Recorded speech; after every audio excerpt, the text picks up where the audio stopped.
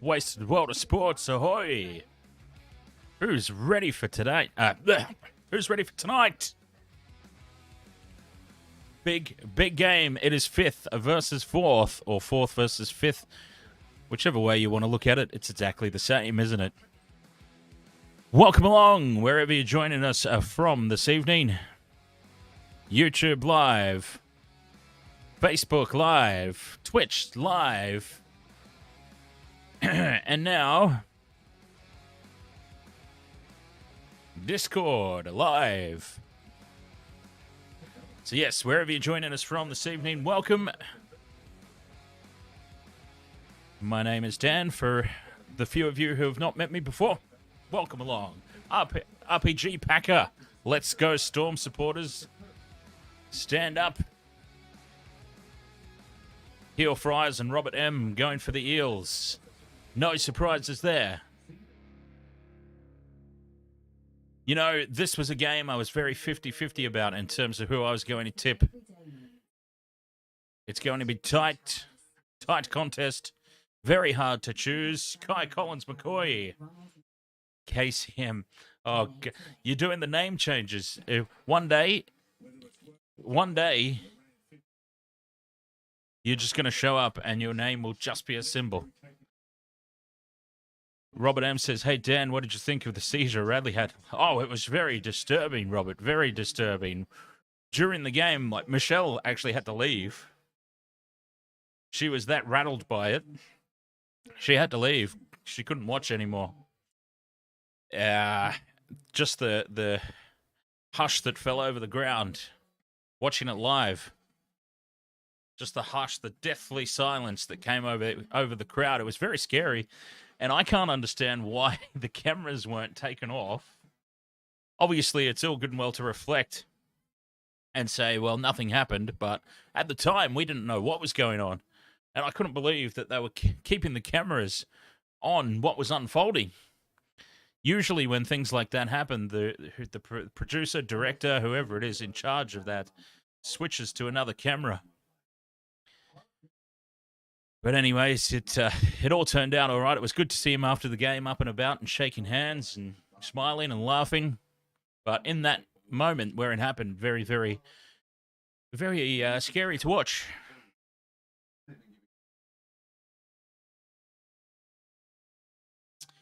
And a very good result in the end that he's okay. I should imagine that he's sitting out this week. I've no doubts that the Roosters will be following all the responsible protocols around head clashes and concussion and whatnot. But I dare say, since it's irrelevant, like a lot of games are largely irrelevant this weekend. And the Roosters-Rabbitohs game is one that's pretty well irrelevant, isn't it? I mean, they are going to be facing each other next week. In all likelihood. In all the likeliest of scenarios, we are going to get a repeat.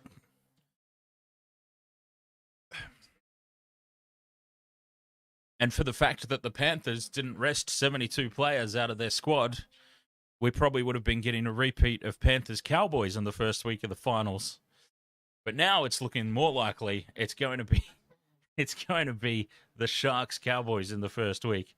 And that's an interesting clash, not only because the Sharks are my team, but I've been saying in the lead up to the finals that the Sharks and the Cowboys, both, are just making up the numbers this year.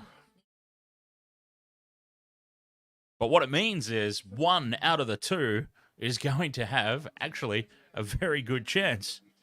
One of the two is almost guaranteed a pretty good shot.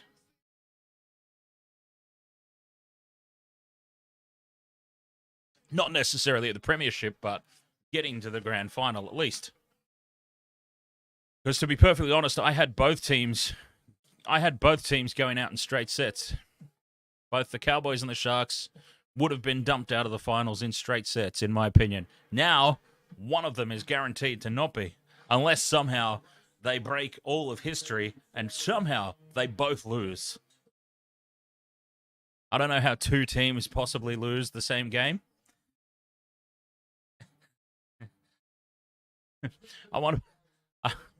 It's not even worth continuing this conversation, is it? Because it's so unrealistic.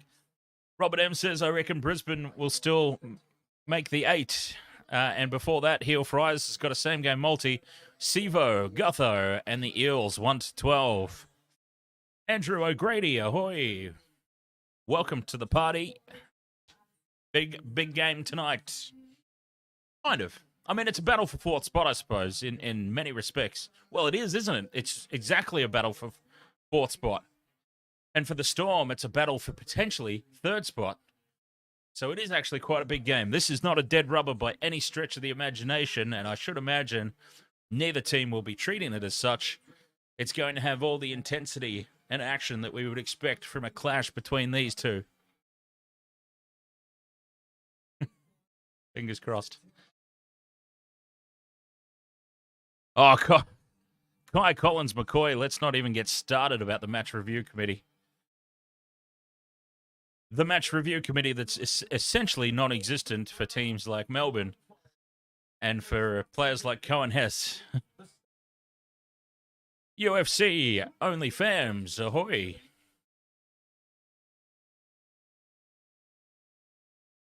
And before you ask, I will not share the Pat Cash story. I will not.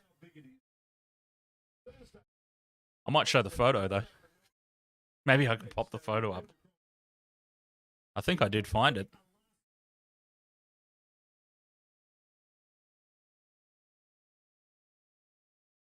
Ah, my webcam's on the fritz tonight. Yep. You know what? Because I don't want to blame Alara, but Alara does keep bumping it. There is the live ladder. So Melbourne and Parramatta both locked on 32 points. So yes, this is going to be 4th spot for Parramatta if they win, and potentially 3rd spot, but likely 4th spot for the Panthers. For the Storm, and a match against the Panthers.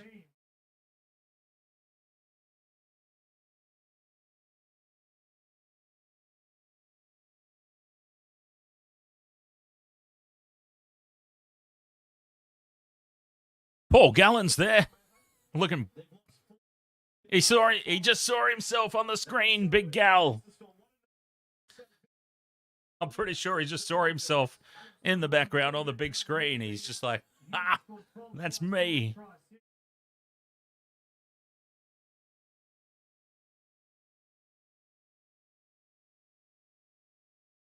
Here come the Eels now out onto the field. Gutho, and that caterpillar on his top lip really needs to go. Yes, Kai Collins McCoy. The equation tonight is as follows. If Melbourne win, they will, albeit temporarily, leapfrog the Cowboys and go into 4th spot. The Eels, into 3rd spot, sorry. The Eels, if they win, will go above Melbourne, but stay behind the Cowboys, is my understanding. So Parramatta are playing for 4th. The Storm are playing for likely 4th, but possibly 3rd. Because the Cowboys should beat the Panthers on the weekend, given that Penrith rested 84 of their starting players.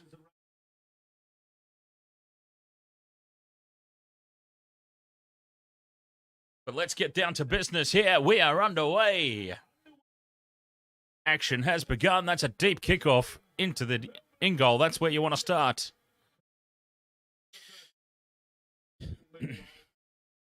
Michelle's here in the chat room. Ahoy, Michelle. Complex Basic, ahoy.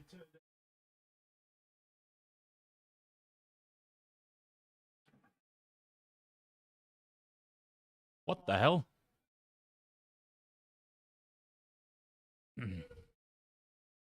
Bring on the intensity.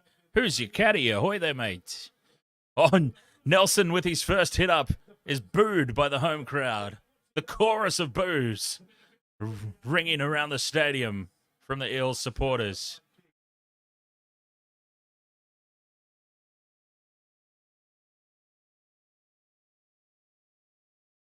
And that's a good first set of 6 for Melbourne.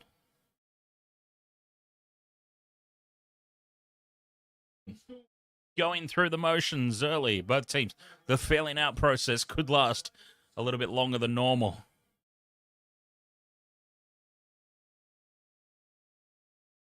This is definitely finals footy come early. David Stevens, ahoy. Up Apollo with a great hit up. They're up over halfway now, fifth and last midfield. Parramatta, they get through their first set of 6 and complete. And that's a decent kick by Moses. Cameron Munster with that dummy to nobody. I don't know why he keeps doing that. It's like, we know you're not going to pass it, you goof. It'd be a 40-metre pass across field. 2 minutes into the game, not even Cameron Munster would be that stupid, surely.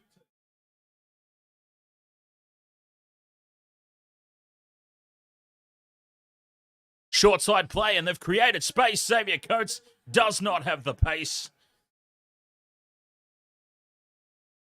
Does not have the pace to get around the outside.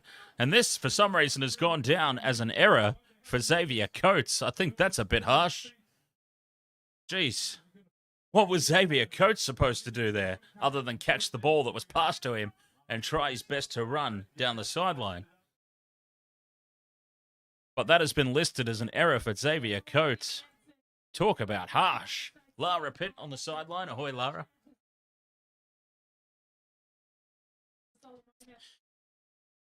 And this is an early opportunity for the Eels. If they complete this set, they should be in attacking kicking range.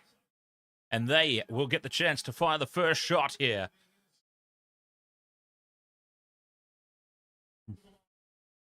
Tackle 3 up near the 20-metre line.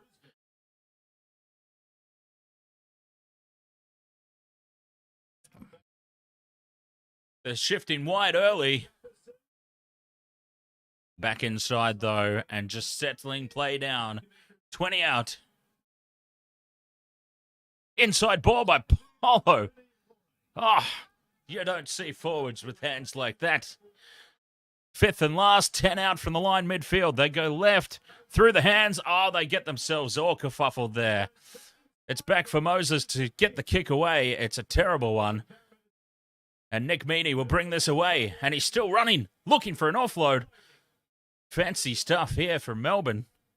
Risky.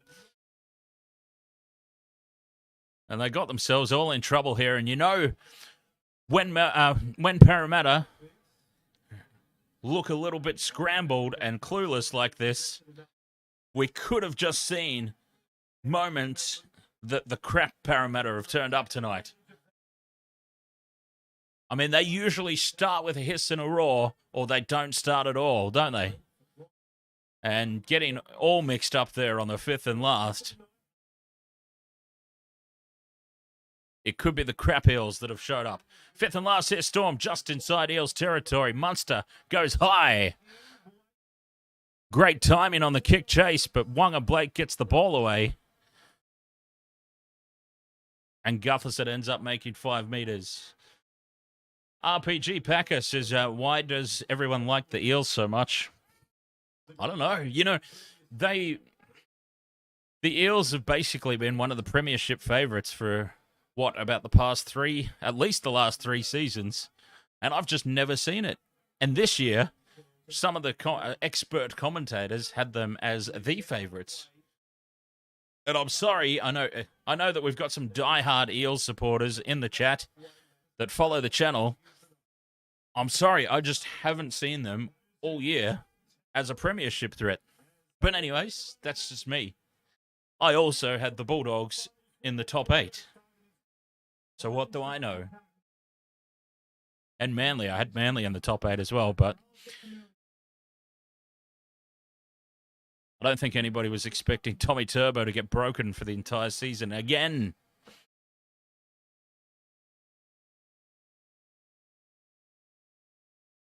But anyway, long story short, I don't know. I really don't know. Oh, that's a slightly forward pass from dummy half by Harry Grant. They get away with it, though. Very rarely do you see those get called. And now it's a defensive kick from Munster. Good set of 6 on defence there, Parramatta, it must be said. Whether you like them or not, it must be said that that was a good defensive set of 6.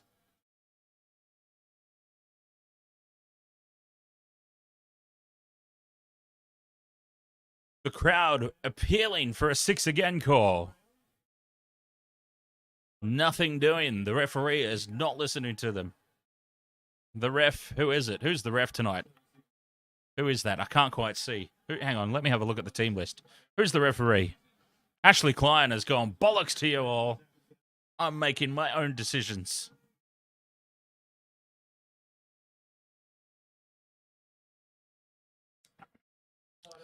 Moses with the high ball. It's another attacking kick, but it's a little bit too deep, and Norfoluma takes it with no pressure and brings the ball back towards the Storm 20-metre line. And trying his best to milk a penalty, but it doesn't get it. Again, Ashley Klein will not be fooled tonight. Probably because he's usually off in his own little world. Poor old Ashley Klein, especially when he's up in the bunker. He's up in the bunker doing... Anyways, I probably shouldn't accuse somebody of that. Spreading it wide again early. You've got to earn the right to go wide. And, well, they've earned it now. Cameron Munster steps straight through. Keeps the ball alive, even though he was held and both knees were on the ground. I can't quite figure that one out, but it's been let go. And now they've got them stretched. Now they've got the opportunity to go very wide. Norfoluma steps back inside. They're 10 metres out. The cover defence is there. 5th and last 10 out. Big open side to the right. Meany kicks across field. Looking. Oh, what a... Sevo comes raging through the air. And takes the ball uncontested in the end.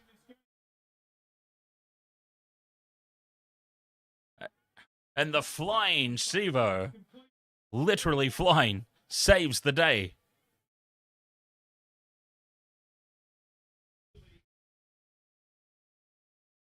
And the crowd finally wins their penalty. Ashley Klein says, yes, I will give you that one.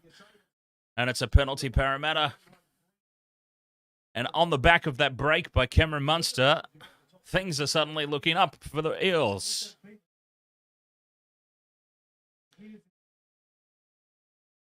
Starting their set now, tackle 1, inside Melbourne territory. There will be another... I'm pretty sure that... Who was that just speaking on the commentary? On the Fox commentary. I'm not sure who it was, but I'm pretty sure whoever they said... Oh, now that's a mile forward, and it has not been called. But to be fair, Harry Grant's forward pass from dummy half was not called either. So that's 1 apiece now on the non-forward pass calls. And Parramatta keep the ball. 20 out. Midfield, right in front of the posts. They go left. Brown, dummies again. He's wrapped up in a 2-man tackle. He still manages to make some post-contact meters. And he's dropped the ball. In the fight for those post-contact meters, has dropped the ball cold. And Storm off the hook. Just trying to do a little bit too much there. Dylan Brown makes the mistake. And Melbourne are well and truly let off the hook there.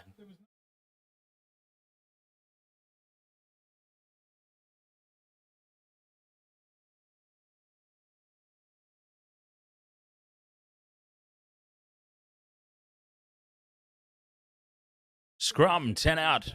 Midfield, Storm. Nowhere to go for Justin Olam.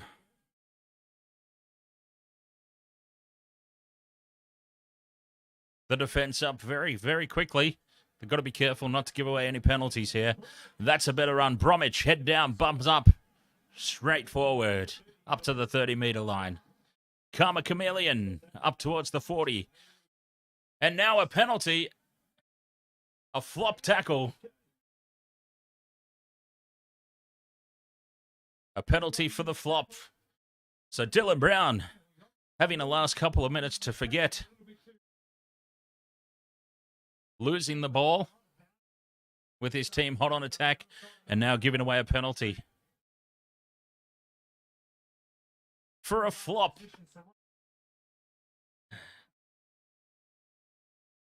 It was Cooper Cronks down there talking on the sideline. Oh, now that is hugely forward, and that is so far forward, it cannot possibly be let go. Wow. Jesse Bromwich, passes don't get too much more forward than that, and that one just had to be called.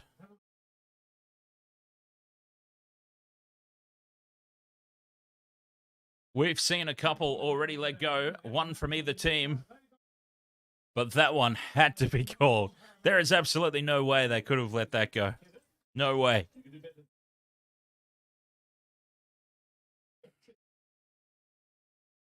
Scrum on halfway. And both teams, just some silly little errors creeping in. And nobody's really looked like scoring a try, to be fair. So commentator's curse means somebody's probably about to score.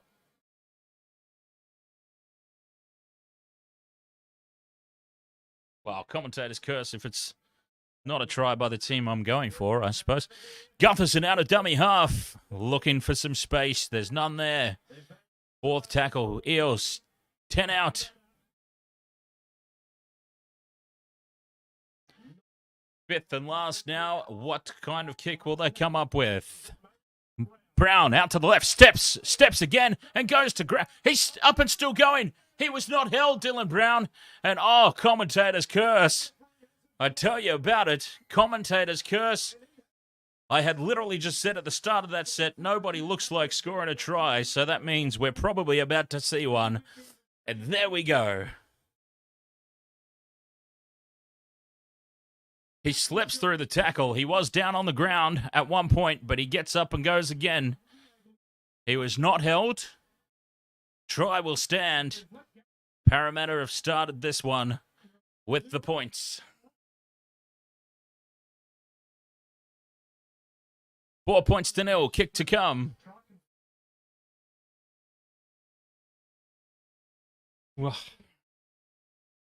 And really, out of nowhere, it was looking like when Dylan Brown went to ground, he stepped, rather than kicking, he decides to run, steps off his left, inside Kaufusi, and then inside Nass. And you thought he'd done himself in there and given up possession on the fifth and last, caught without getting the kick away. But he slips through like a slippery little eel, I suppose you could say. And over he went. All right. Wasted World of Sports tipping contest. I am going into the weekend on top spot. I'm clear on top by 3 points. And I'm imagining that tonight's game will be very split down the middle as to who has tipped who.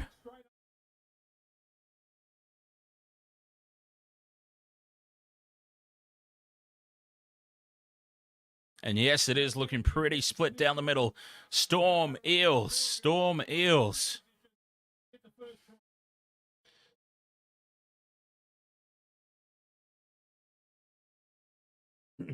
Conversion successful. 6 points to 0. Parramatta. Hard to believe, really, that there's only 15 minutes gone in this game. Oh! Mike Casivo has stretched out, spread eagle down there on the sideline. And just taps the ball. And that is out on the full. And it's a penalty on halfway. Parramatta, they have all the momentum now. Craig Bellamy is not happy, but then it's hard to tell sometimes, isn't it? Parramatta starting this set now. The Eels 20 out from Melbourne's line. And another try here. Or points in any capacity. What a turn-up it would be.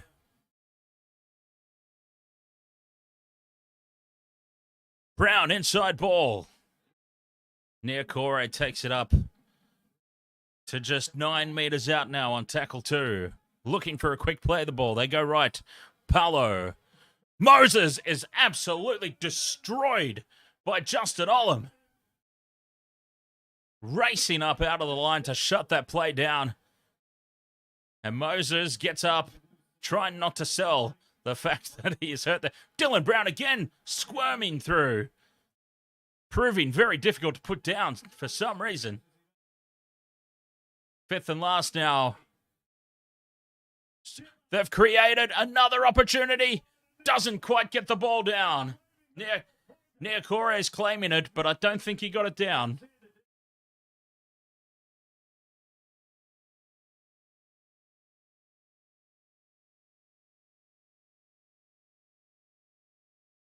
It's gone up as no try. And if it is no try, it's coming back for 6 more to Parramatta. I think is what was just said. Oh, and the touchy gets in the way.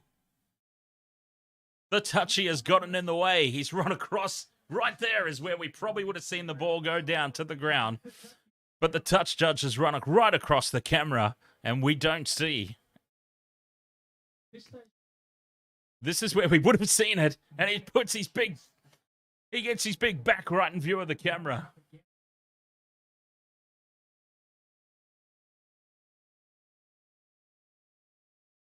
Got to remember, this has gone up as no try, so we have to find conclusive evidence of a grounding. And I don't think he's grounded it. He's held up for sure.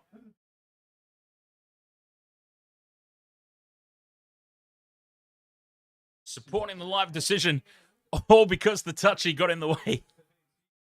I would be very interested to see that camera angle without the touch judge in the way.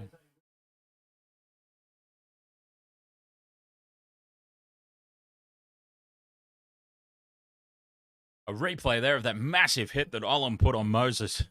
Smashed him.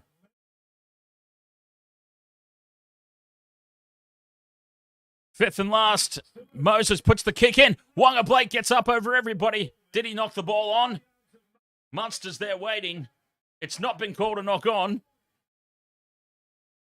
No knock on called against Parramatta.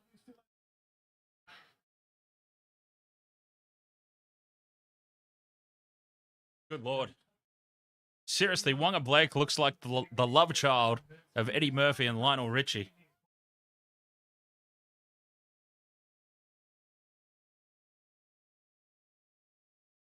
And, he hasn't touched it. To be fair, it's been tapped back by Melbourne. Munster was there to clean up, and then he was just swamped.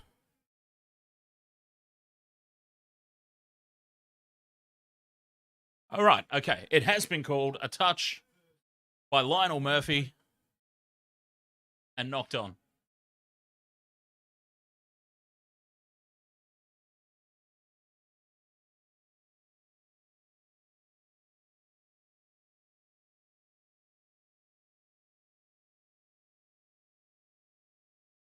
Well, anyways, I have no idea really what just happened. I don't think the commentators on TV do either.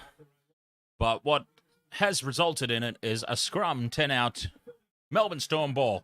They survive. It remains 6-0. Very important for Melbourne. Very important. Because if they gave away more points there in such a tight, tough contest, 12 points may become an insurmountable lead in a game like this.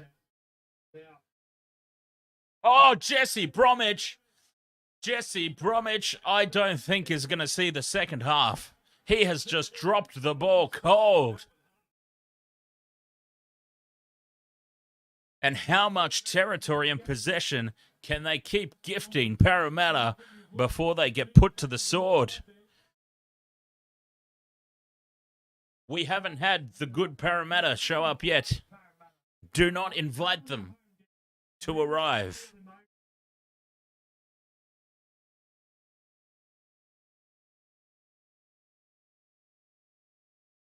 Just don't do it. Don't do it to yourself.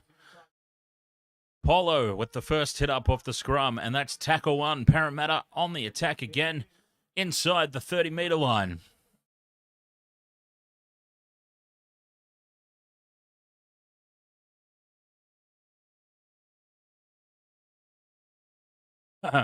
Oh.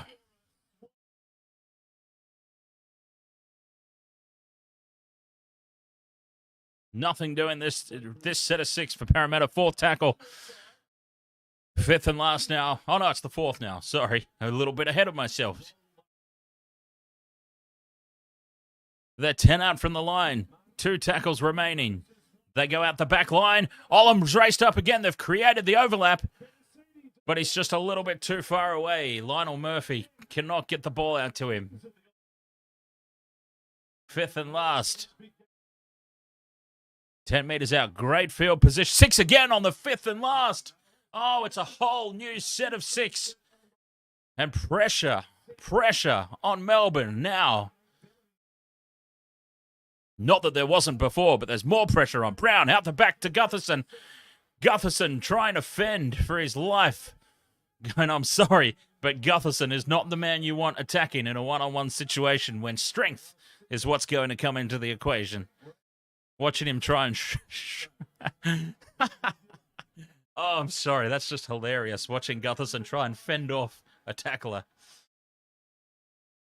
3rd tackle. They're still 10 out. Short side play. Oh, and he's knocked it on. He was through the gap. And he's knocked it on. Will Penisy. Oh, he was through the gap. Just had to hold the ball. What a huge mistake.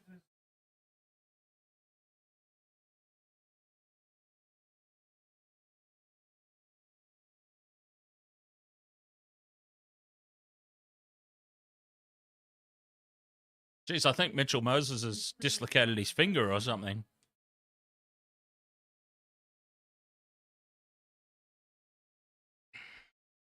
Melbourne continue to just hold on. And I tell you what, I get the feeling that if the good Parramatta had showed up, this game might have been out of reach already.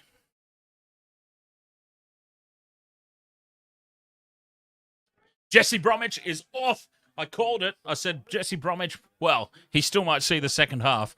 But Craig Bellamy has taken no prisoners. Bromwich is straight off the field after that second error, and the cheese has been sent out.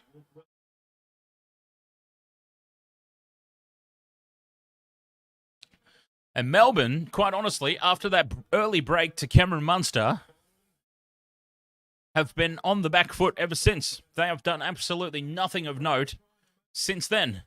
They've been defending and kicking the ball from this area, just shy of the 50-metre line. Munster puts it high. They've let it bounce, Parramatta. They've let it bounce. Lucky for them, it bounces kindly for Lionel Murphy, and he runs it over the dead ball line.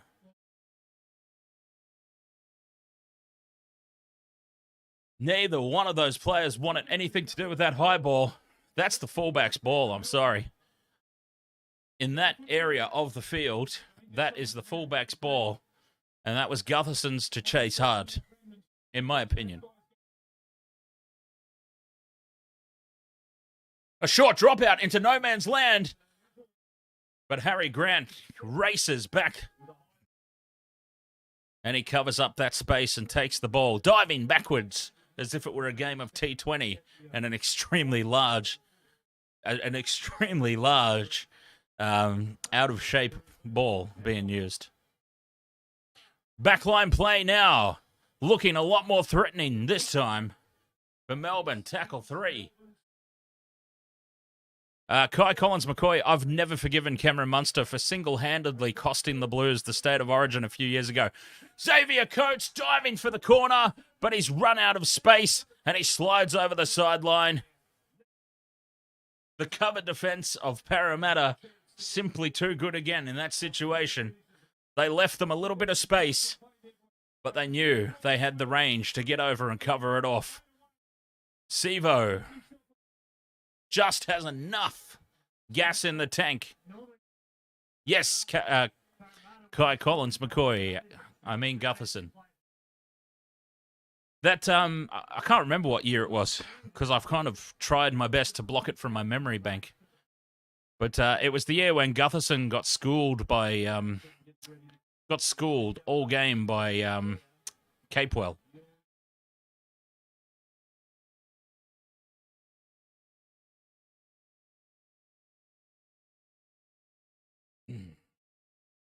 I mean, it's probably a bit harsh on Gutherson because, I mean, what's he supposed to do? When Brad Fittler calls up and says, hey, mate, do you want to play State of Origin in the centres? What's Gutherson going to do? Like, no, sorry, mate, I can't play State of Origin because I'm not a centre. Of course he's not. Of course he's going to accept it and see it as a challenge. Unfortunately for the Blues, it transpired to be a challenge that he was nowhere near up for. Oh, no, Nass has come flying through the line, and he has taken Moses out late. And it's going to be a penalty again against the big Nass. And I dare say they've got to take the 2 points. You would take the 2 points, surely. I know there's a long way to go, but...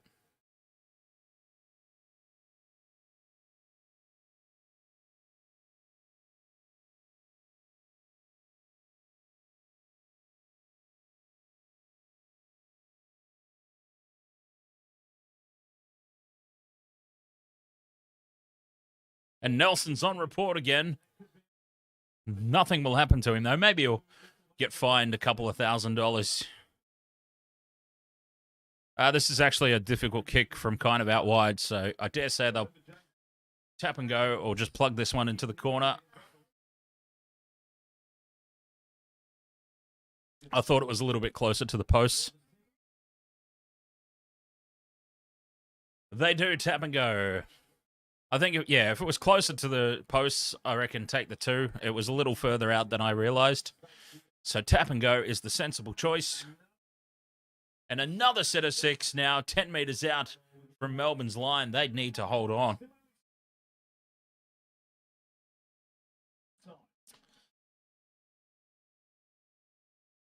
Moses is taken down by King on tackle 3. And just like that, 3 tackles have gone, and they've gone nowhere. 4th tackle, and they're still exactly where they started. But lucky for the Eels, where they started was hot on attack. So they are still well within striking distance. Olam has raced up, and he's put pressure on Moses again. This time, Moses hears the footsteps, and he comes up with the error. Ahoy there, slapper. JWH should be suspended for what Nelson just did. Oh, that's fantastic. I wish I'd thought of that. I wish I could think of quality one-liners like that. That's brilliant. JWH called to the called by the match review committee.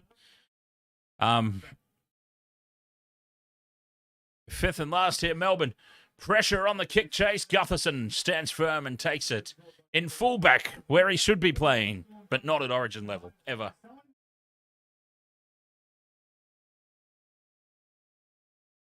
Lionel Murphy with a hit up now. 20 out from their own line. Eels. Oh, Cooper Johns has just copped a bit of friendly fire here. Cooper Johns is in big trouble. Some friendly fire. Boom! Head clash with Kamikamica. And he has gone down. And considering that Melbourne are already without Jerome Hughes, they're already without Jerome Hughes, and they might just be without Cooper Johns.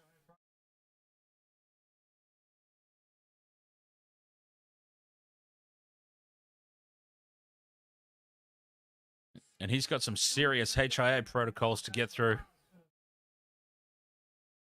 that I just don't know if he'll be passing.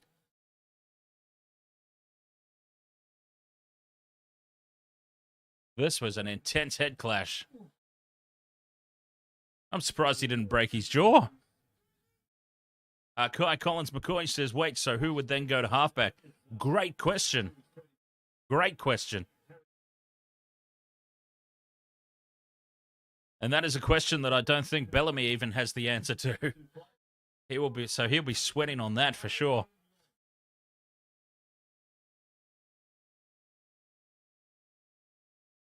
And Melbourne starting to set from inside their own 20 again. Independent doctor has called for Cooper Johns.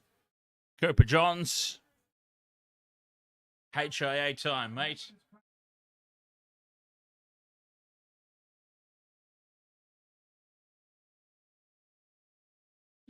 Oh, there we go. Okay, Cooper Cronk. Cooper Cronk, in all his wisdom, Kai Collins McCoy, has just said that he foresees Harry Grant will play halfback and Brandon Smith will move into dummy half.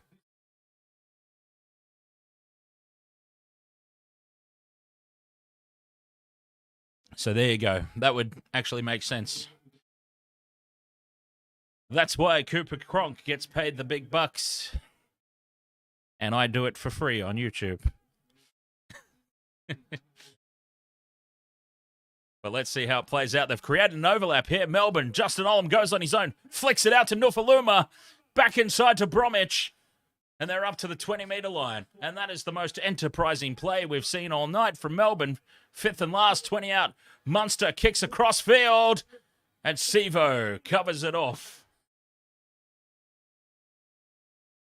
Sevo, no mistake under the kick again, but they are under pressure for the first time tonight. Parramatta starting a set inside their own 10, and it's tackle 3 already. And they get the penalty, and that's a relieving one.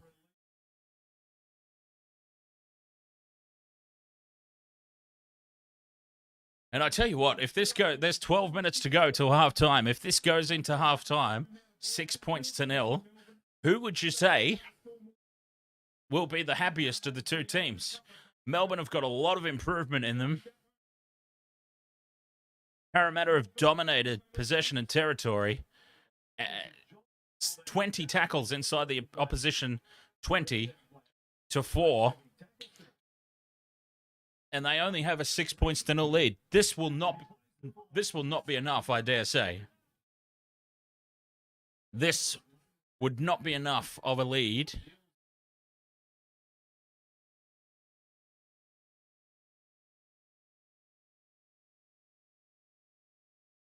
But anyways, there's still 11 minutes to go till halftime, and it's the fourth kicking on the fourth tackle. Nobody is in behind for Melbourne. Coates gets back there, and he will get trapped in the end goal. A result for Parramatta from the early kick by Brown.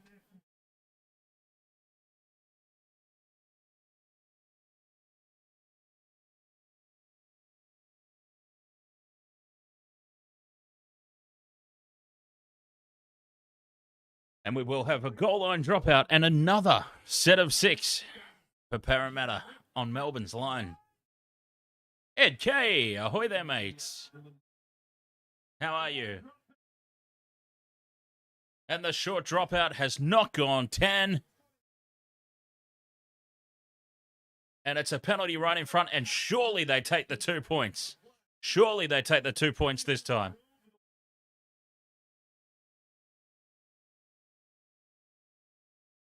James Intox, ahoy. And Mr. Ed's dead, ahoy. Surely you take the 2 points now, right in front.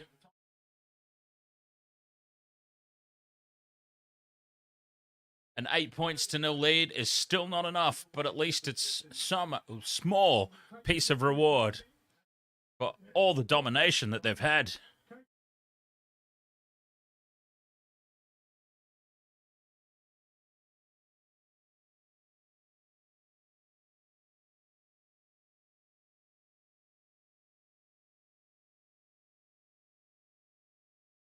And the 2 points from right in front, they are taking.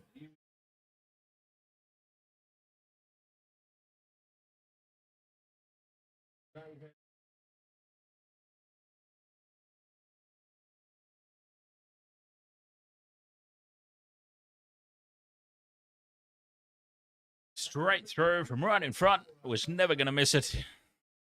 8 points to 0. We go.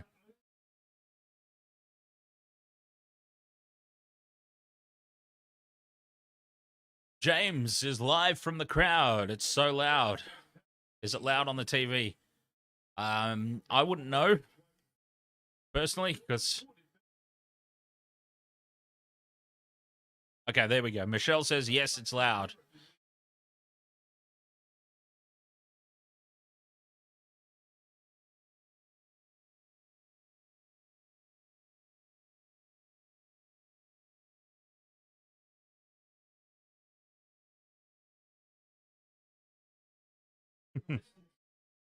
We're taking an eternity to get this game back underway. I wonder what's happening.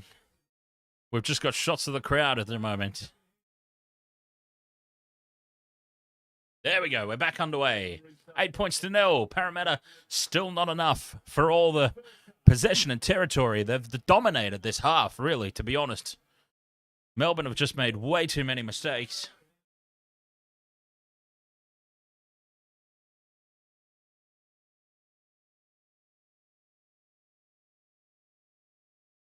I tell you what, that first week of the finals, we are going to be doing a lot of streaming for the finals, I tell you. And one of the most intense of the first round will surely be Rabbitohs Roosters, because those are two teams that probably don't deserve to be gone in week one, but one of them is going to have to be.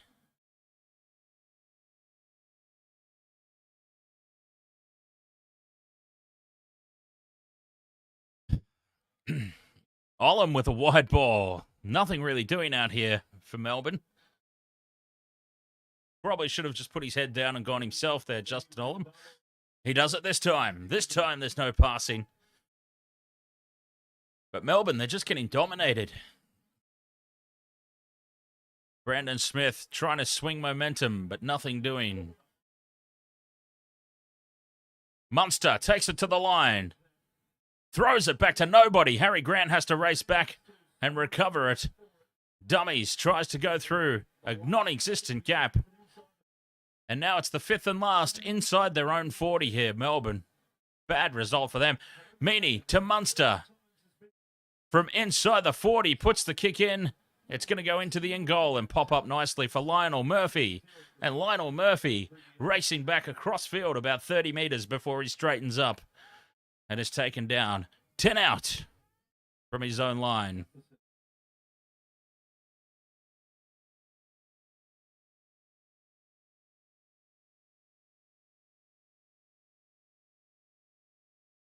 So we've just been informed of the statistic that Melbourne have not finished outside the top four since, what did they say, 2015, 2016?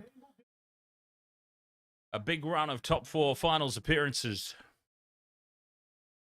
It'd be nice for something different for a change. See, ahoy there, mate. And there's Gutherson trying to fend again. That's hilarious. He should just accept that he can't fend and just take the tackle. Oh, it's been played out by Storm. Bounces kindly for them. And Munster now brings it back. Trying to squeak away. But he is pulled down. Great run for dummy half there. Norfoluma looking to offload. Does. They keep the ball alive. Meaney spots a gap. It's shut down by Reed Marnie, shoving his own man out of his way in the process. And this is a much better start to the set. Kaufusi, they've created the overlap again, but they're not taking it this time because they realize Sivo, the flying Sivo, will probably cover it up and they'll end up over the sideline. Tackle for, they're getting within striking distance here though. Munster takes it to the line again. Oh, and he's collared, and that's gotta be a penalty. And it is. You could take the two here, it's right in front. You could take the two and get it back to within a converted try. But I dare say that they're going to stay hot on attack here. And go for the try.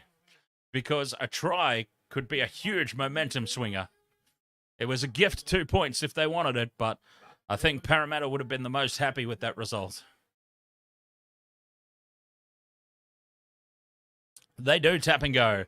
Now, they've created an overlap to the left. Olam goes on his own, flicks it back inside, and he's flicked it back in to Parramatta. And it's Parramatta ball.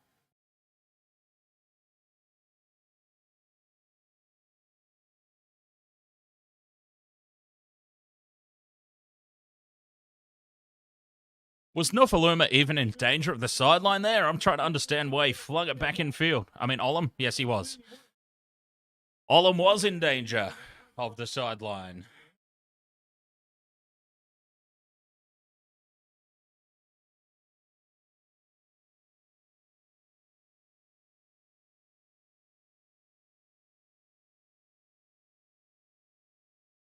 I'm still not sure what they called exactly. I don't know what the decision was, because it wasn't a knock-on. He wasn't in touch. But somehow we've got a scrum feed to Parramatta in the middle of the field. So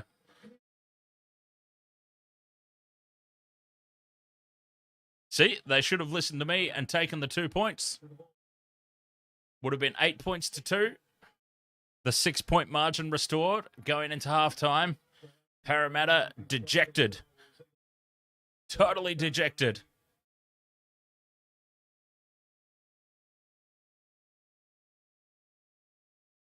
A gift 2 points. See, especially going into the finals, teams need to get used to take the points while they're on offer. Great defense there on the halfway line. Kaufusi. Fifth and last, Parramatta. Kick from Moses inside their own territory. It's a decent kick. Lots of distance. Nofaluma takes it on the 10-metre line. The mental maiden. Michelle, the mental maiden. Taj, Stucky, ahoy there, mate. How are you doing tonight?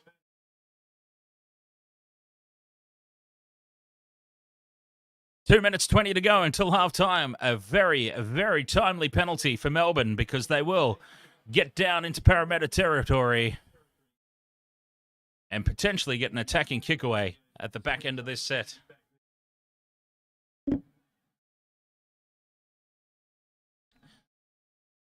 No, not the first time you've heard that, to be honest. This comes as no surprise.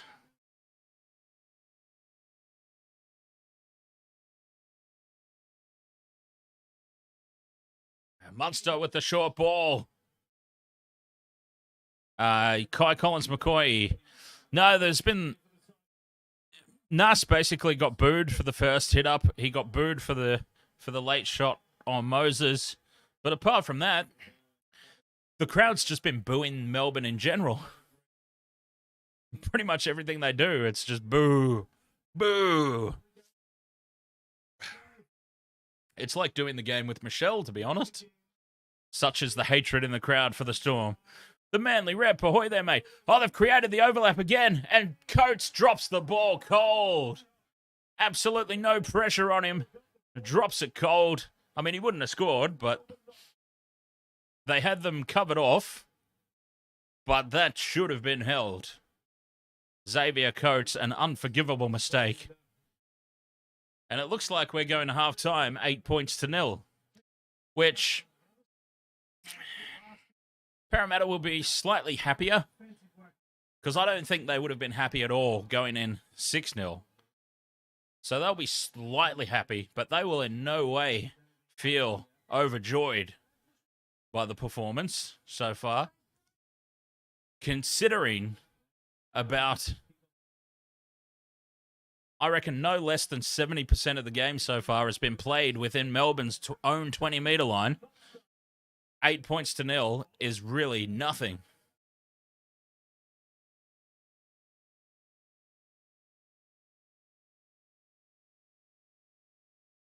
And this will be the last play before the break. Olam is cut out. It goes to Munster. Munster dummies.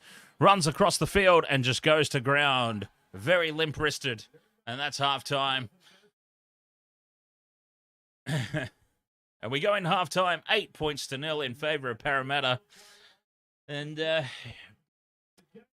tell you what, for a game that Parramatta have spent at least 70% of on the attack inside Melbourne's own 20-metre line, I think Melbourne, honestly, it may sound crazy, but I think Melbourne go into half-time slightly happier out of the two teams. Craig Bellamy's going to give him a great big boot up the caboose. And they'll come out in the second half and put Parramatta to the sword. They fired all kinds of shots and could still only get a try off an individual effort. Luck at the end of the day by Dylan Brown. And that's all they really have to show for it. But where they deserve a lot of credit, Parramatta, is defensively. Defensively, Storm could easily have had 2 or 3 tries of their own. But the cover defense, the sliding cover defense of the Eels, has just shut them down and put them over the sideline. So do they change it up for the second half? Maybe look for more kicks, more early kicks. Eric Whitley, ahoy there, mate.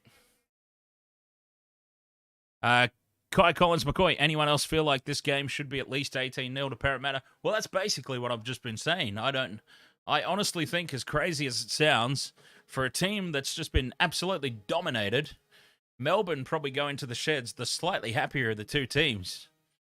8 points to 0 is absolutely nothing, considering that we've seen at least 74% possession inside Melbourne's 10-metre line on defence. Probably Panthers and Bunnies play the grand final. I can't see the Bunnies making the grand final, to be honest. Ed Vogel, ahoy!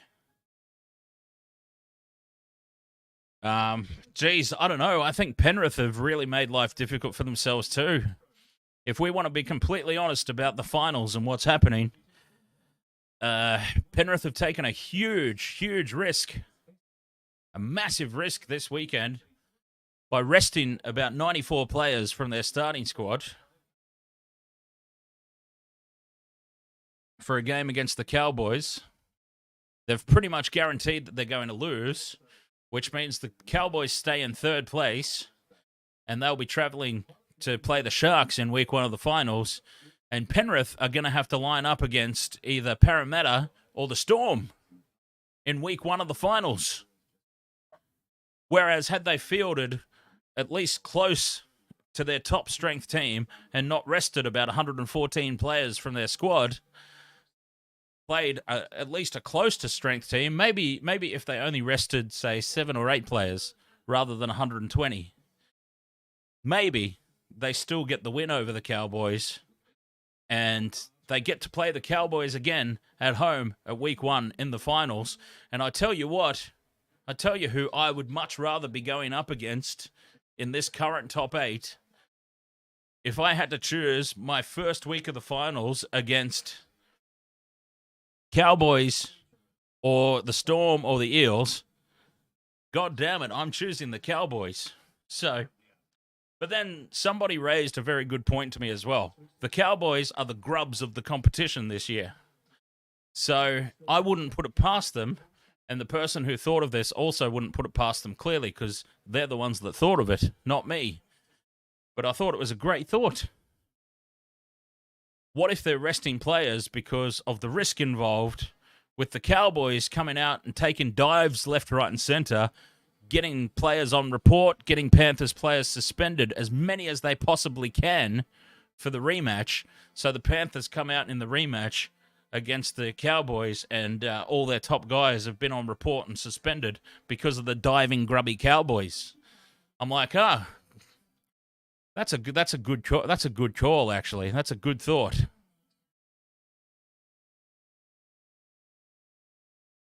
I hadn't really thought of it in that perspective, but I would not at all put it past the Cowboys to try and get Panthers players taken out for their finals rematch. So maybe it is the best thing that the Panthers have done.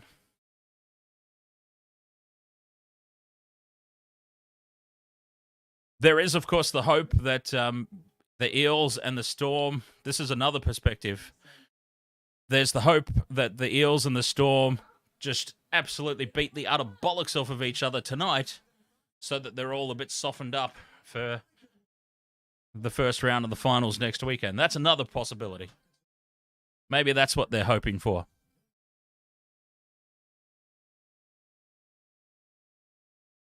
Yeah, Kai Collins McCoy, you know how the Cowboys take dives after every hit to try and milk penalties?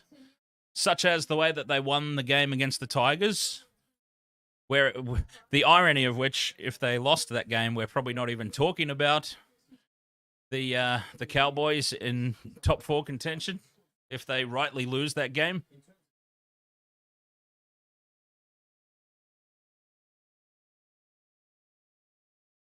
They are indeed the Academy Award winners of the competition this season. Funnily enough, ever since the Chad arrived, since the Chads arrived at North Queensland, suddenly they've all become actors. Funny. Because the Chad has, he's got that Grease look. It's like he's straight out of Grease with that haircut.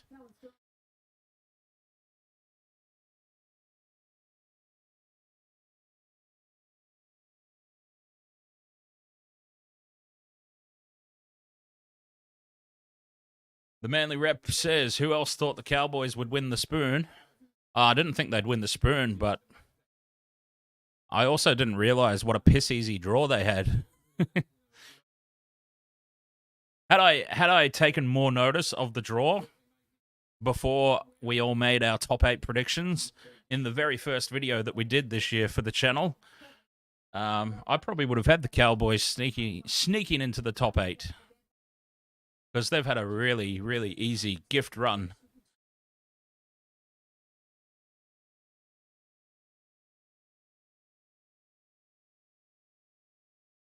Sharks as well. Judgy just woke up. Sharks as well. Look, this is not just completely... This is just not complete Cowboys hate. I'm just being realistic about their chances. And look, the Sharks are my team. And they've done really, really well this season. They've done better than I expected. But to be perfectly honest, they've also had a pretty helpful draw as well.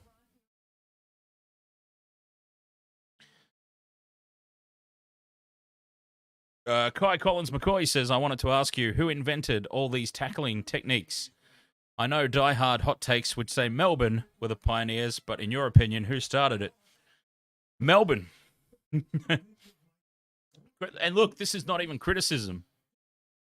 This isn't even criticism. This is just a fact. Craig Bellamy is a fantastic coach. Love the Storm, hate the Storm. Love Bellamy, hate Bellamy, or anything else about them. Craig Bellamy is a fantastic club coach. Terrible Origin coach, as we found out, but great club coach. And he finds ways to manipulate the rules, find loopholes, and he finds these loopholes, and the NRL has to find ways to then combat them. So these new rules get brought in to combat what the Storm start. And Melbourne Storm supporters and the Storm hierarchy themselves get up in arms about it. It's like, oh, accusation. That's not fair. But, I mean, it's not, for me anyway. Michelle might be different. Michelle out there in the chat room, the mental maiden, she may see it a little bit differently, but I'm not even saying it as criticism. It's smart. If you can bend the rules and get away with it, you're going to do it, aren't you? It's that simple. They found ways to bend the rules and get away with it. I'm not even hating on it. I'm not even criticizing. But the NRL did have to do something to combat it. Well, actually, a couple of the techniques I am criticizing because they're quite dangerous, and they were proven to be quite dangerous. The chicken wing and henceforth. So that I understand, but that's not necessarily what I'm particularly talking about specifically. So, yeah.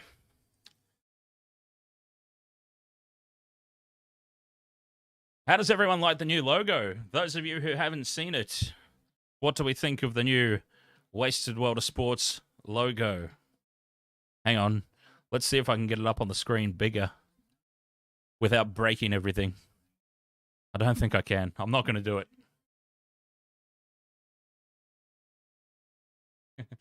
Complex Basic on Twitch says, Wasted World of Sports doesn't just have the voice. He's also highly cerebral. His insights and vignettes are appreciated in combination with his natural charisma. I think I've got a big fan over there on Twitch.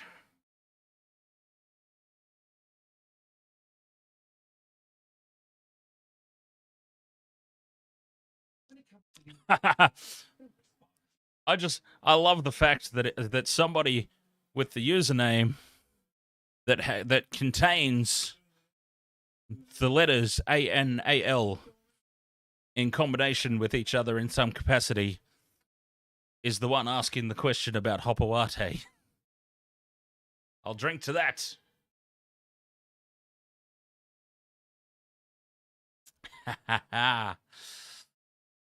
Oh, boy.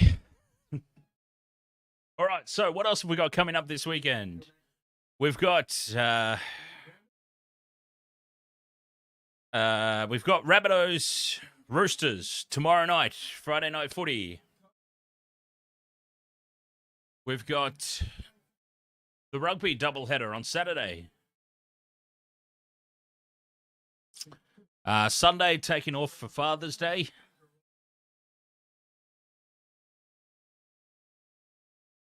And then it's finals time the weekend after.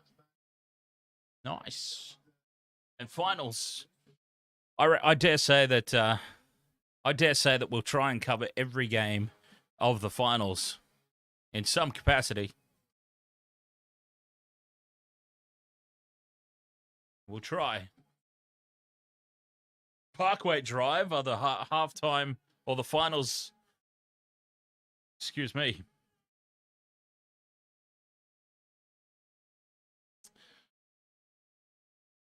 Parkway Drive are the song for the NRL final series. Well, there you go.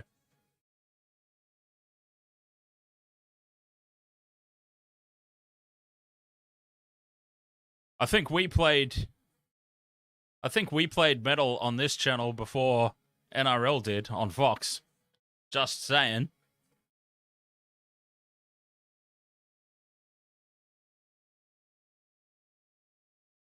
I just want to throw that out there. Listen, I swear, look, hey, this is total Conspiracy Jones here, but I just want to say I started, okay, we've got the Parkway Drive heavy metal thing going on. Like, Michelle always used to put the heavy metal songs on at halftime, and a lot of people started complaining about it. And I started getting copyrights too, so we stopped doing it. But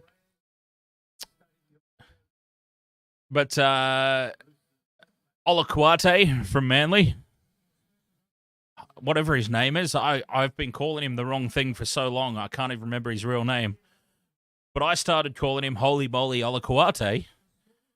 And then a couple of weeks later on Fox, they start calling him Holy Moly Olakwate. And now look, his name so conveniently just so easily morphed into that nickname. I'm not trying to claim that I would be the only person in the world that would possibly think of that. I'm just saying it's a coincidence that some of these things that I say start popping up on Fox Sports. That's all I'm going to say. Let's just leave it at that. No accusations here.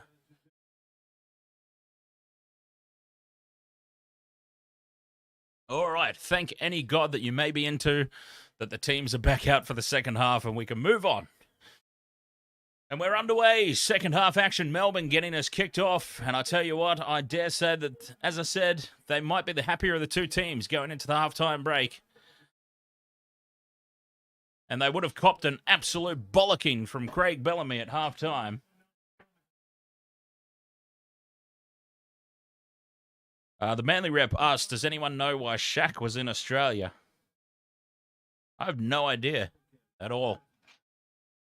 I think he just wanted to meet Matty Johns, personally.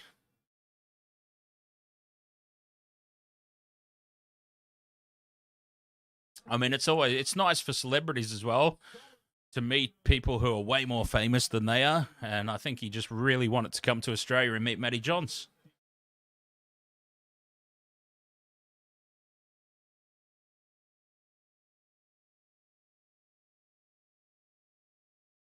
Parramatta get through their first set.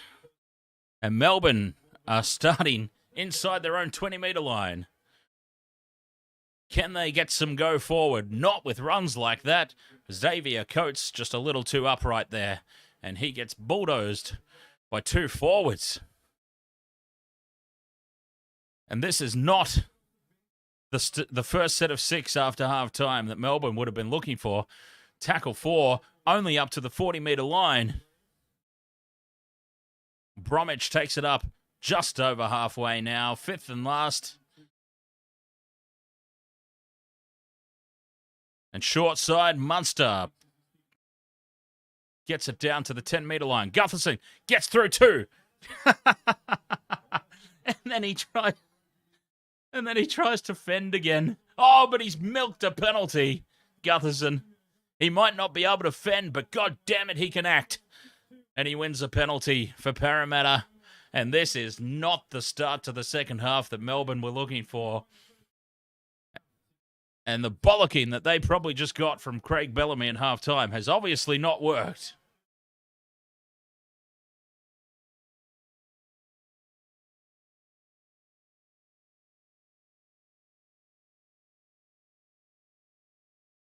And the Eels will get the first opportunity to fire a shot in the second half, much like the first. And I tell you what, whoever said 18-0 to Parramatta, who was that? Whoever that was could be a goddamn oracle. Lane is over the line. He is held up on tackle 4. Melbourne hold on again.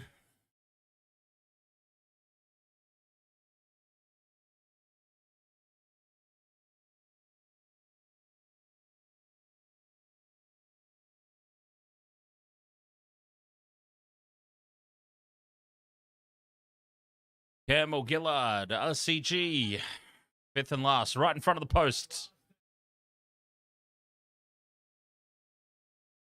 Oh, there's the try.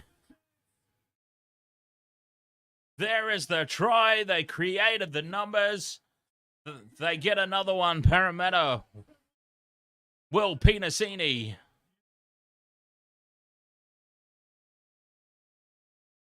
And the floodgates could well and truly open up here now.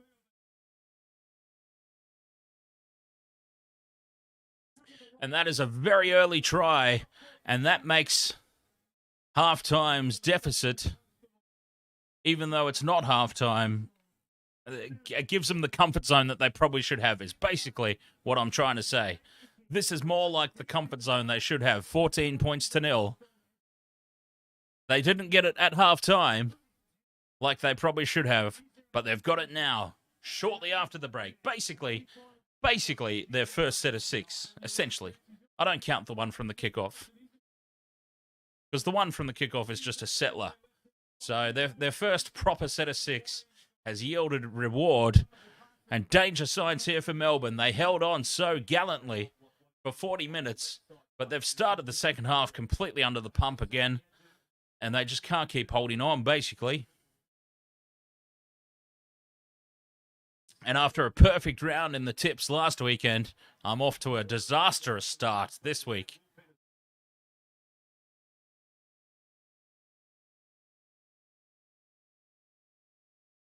Absolutely should have taken the 2, Farsi. This game just quietly went to pieces for Melbourne after they knocked back that gift 2-pointer. Moses moves in, strikes it. Piece of piss, really. He wasn't ever going to miss, surely. 14 points to 0. There's a video of me on Facebook kicking a conversion from a similar position, so Mitchell Moses should make it look easy if I did it.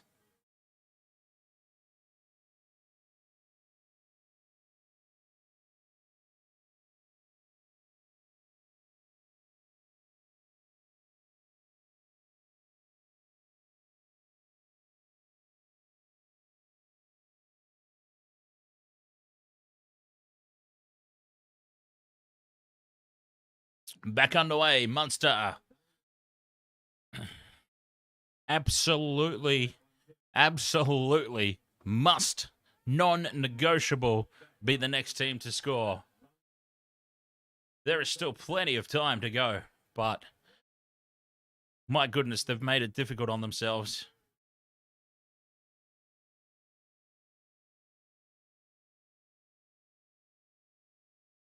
Just eating up the meters now, Parramatta.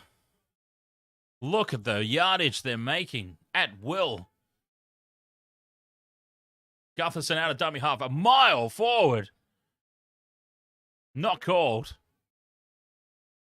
That was so far forward. That was even worse than Bromwich's forward pass in the first half. Fifth and last, Moses puts the kick in. It's going to be taken on the 20-metre line. Xavier Coates ran backwards 5 metres and then across another 4 before he started moving forward.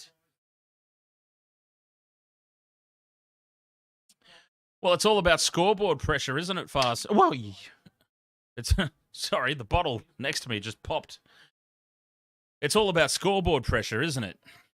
You're 8 points to 0 down. You've been under the pump, completely dominated in every facet of the game. But you take a gift 2-pointer, and the opposition looks up at the scoreboard and sees 8 points to 2. You're within a converted try. They don't have that safety net of an 8-point buffer. They look up, oh, convert a try. What's going on? We've been killing these guys. Suddenly, one more try, they're up level with us. It's all about scoreboard pressure. Anyway, absolutely no pressure on the kick, and it's taken down easily by Lionel Murphy. And he brings it back to the Eels' 20-metre line.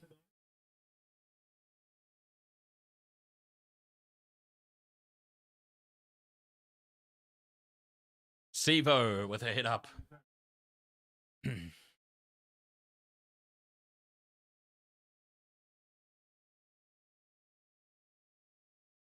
RCG with the offload to Gutherson. Let's see if he tries to fend. No, he doesn't this time. This time, he just conceded the fact that he's not going to be able to fend off anybody. Brown down the short side. It's fifth and last. Maybe, if they can put him down, for Christ's sake. Okay, there we go. Fifth and last. They're inside the 20. 74-metre gain. They're just making meters at will. Brown puts the ball high. It's been dropped by Parramatta, but Melbourne wanted nothing to do with it. Munster's not held. He's up and he goes again.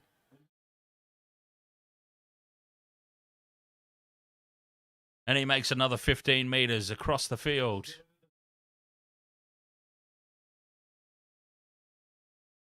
Zero tackle from the mistake. Looking for a one-on-one strip, but he was already held. That's got to be a penalty, Melbourne.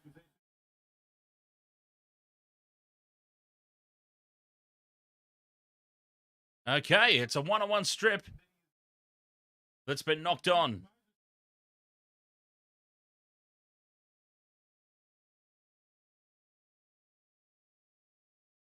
One-on-one strip. Mitchell Moses knocks the ball on. And it will be a Melbourne scrum feed.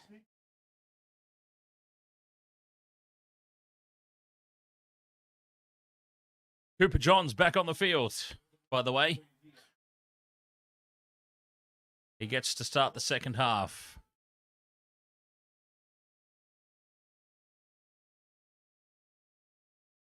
And geez, I tell you what, after that first half went for what felt like an eternity,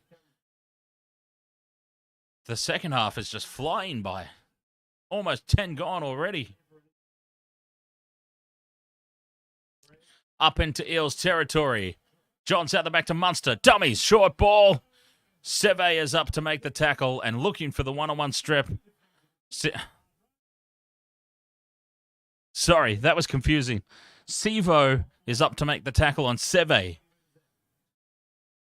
Fifth and last, blindside. Munster dinks it over the top.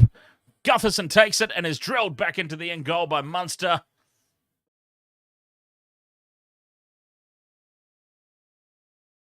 And that's a result for Melbourne. But watch for the Parramatta short dropout. Do they dare try? They have absolutely no need for a short dropout at 14 points to 0 up. But watch the Goofs try it.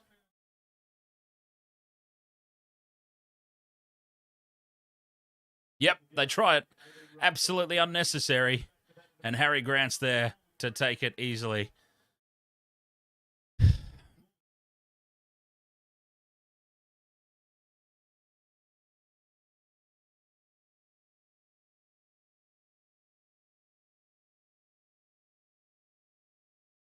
Backline play. Oh, solid defense. Mitchell Moses of all people. And there is a mistake on tackle 2. Mitchell Moses.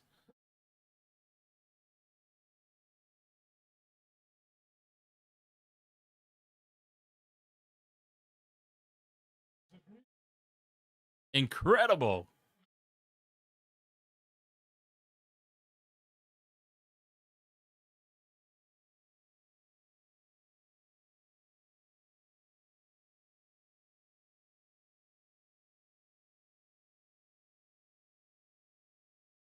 Mitchell Moses couldn't have done anything remotely like that in Origin. Just saying.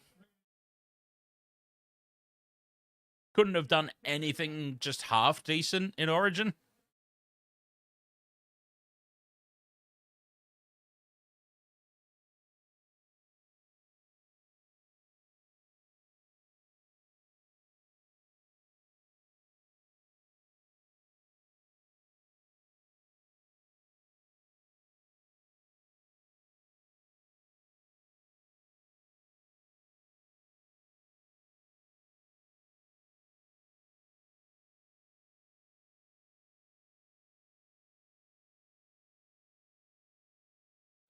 That was fantastic.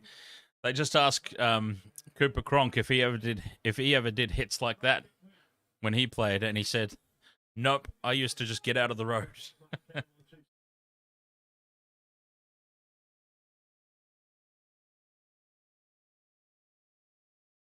All right, we're back underway. 0 tackle for Parramatta. And Melbourne, I tell you what, they obviously didn't get too much of a kick up the pants from Bellamy at halftime.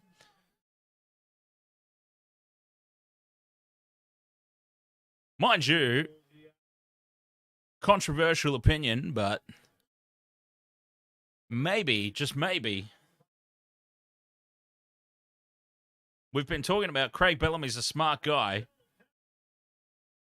Craig Bellamy's a smart man. Maybe, just quietly, the Storm have gone, hey, Parramatta, how about you guys have week 1 against the Panthers, and we'll take the game against Canberra. Thank you, and good night. Oh, Lionel Murphy's knocked the ball on cold.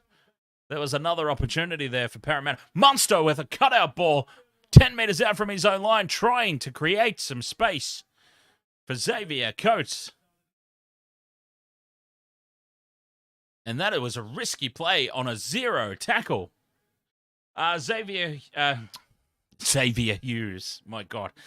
Jerome Hughes suffered a calf injury during the week and had to be scratched out.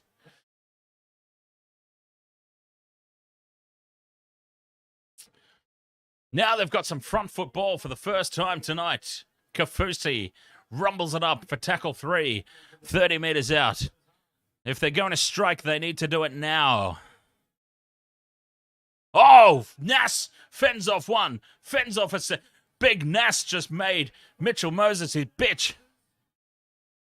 He said, you come here and you try and do that to me. And the kick goes too far. Oh, Bellamy is unhappy.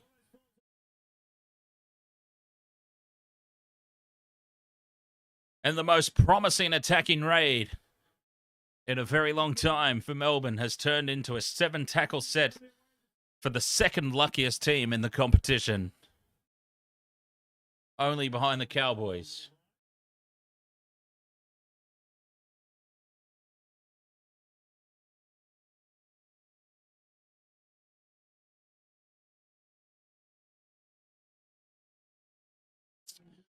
And an offload now. Parramatta keeping the ball alive. There's a towel on the field. Someone's thrown in the towel. That doesn't quite work in NRL, sorry. That's only boxing. And they've kept the ball alive again. The offloads at the moment are killing Melbourne. Niokore had about a 74 on one overlap to the left, and he didn't use it. So they come back to the right now. Moses running is grabbed by Nass. Oh, Nass is giving him a big kiss. Dragging him by the collar and saying, hey, you want to rough up my mate Bromwich? I'll rough you up, you little bugger. And it's a penalty to Parramatta because, of course, it is. Why wouldn't it be?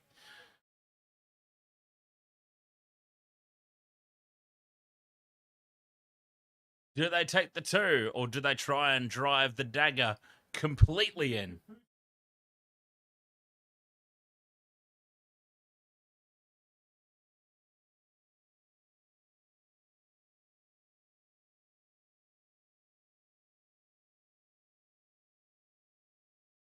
They tap and go. They are going in for the kill here, Parramatta.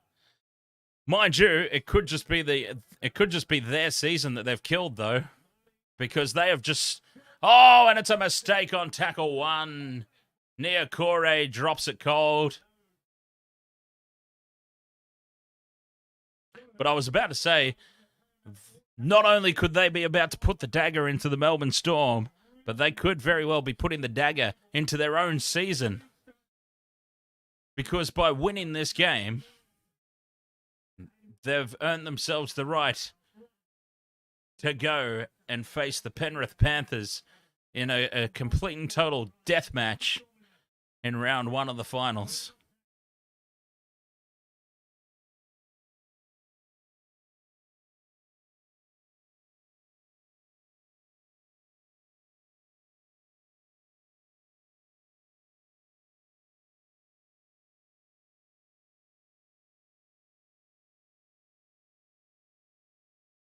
Nass trying to swing the momentum all on his own.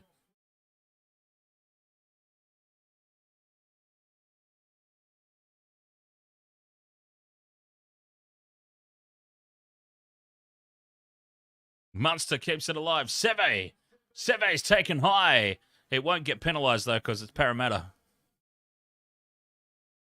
So it's all good. They know what they can get away with.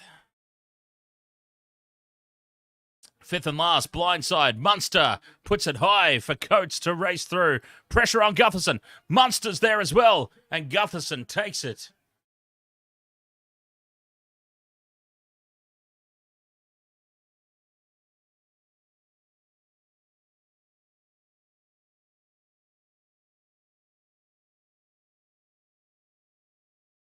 Lionel Murphy with the hit up. He's swamped by three defenders and no progress.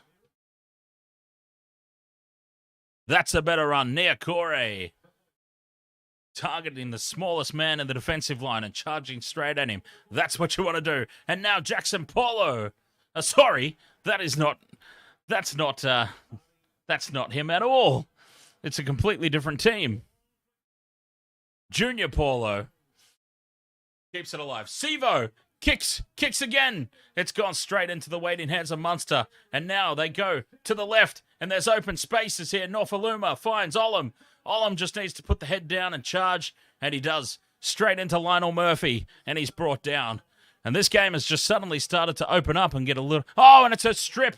4,000 players in the tackle. And it's been stripped out. And it's not penalised because it's Parramatta. It's been called a knock-on against Big Nass. And they've challenged it. I mean, they had to challenge it. They had to challenge it, basically. But look, there's yeah, that's a strip. Reed Marnie. Is it 1-on-1? Oh, bullshit. Oh my God. Only Parramatta could get a call like that go their way. Oh my goodness.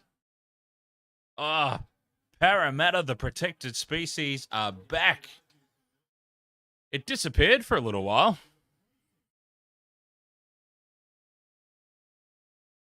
All this favouring of Parramatta disappeared for a while, but it's back tonight.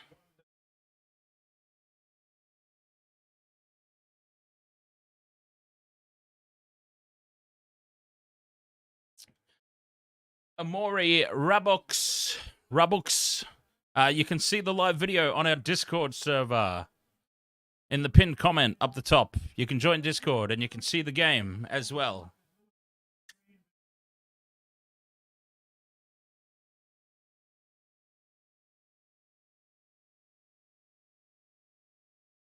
Oh, Farsi, I've had an Uber driver steal my order before. Like, completely steal it. I'm not even talking like bits and pieces were missing from my order. Son of a bitch stole my entire order. It just never arrived. It showed driver arrived at the restaurant. Order has been picked up. Order's on its way for delivery. And then immediately, I'm saying like 30 seconds after I got the notification saying order's on the way for delivery, your order has been delivered. I said, what? Cheeky bugger has stolen my food.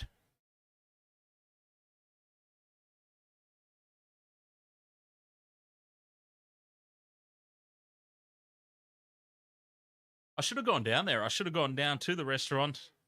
He was probably sitting there outside on the seats.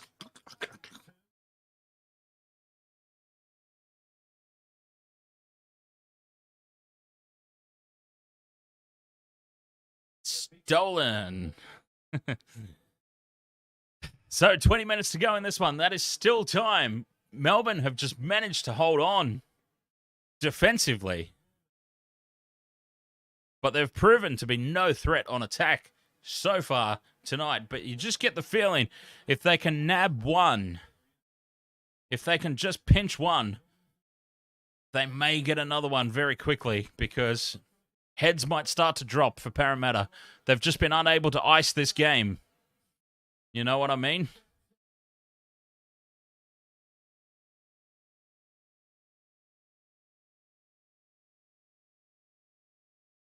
Fifth and last, a nothing kick. A nothing kick. An absolutely nothing kick by Cooper Johns on the fifth and last. And yeah, it is just not happening tonight for Melbourne. Everybody's confused. Nobody knows what's happening. It has not been their night.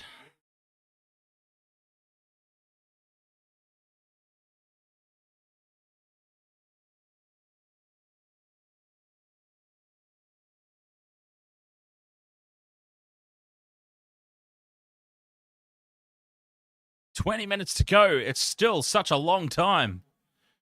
There's still plenty of time to win a 14 points to nil ball game.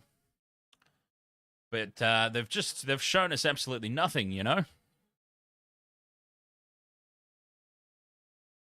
They've shown us absolutely nothing. Moses jinking around 1, 2, 3, brought down. Fourth tackle. Gutherson throws the ball so far forward.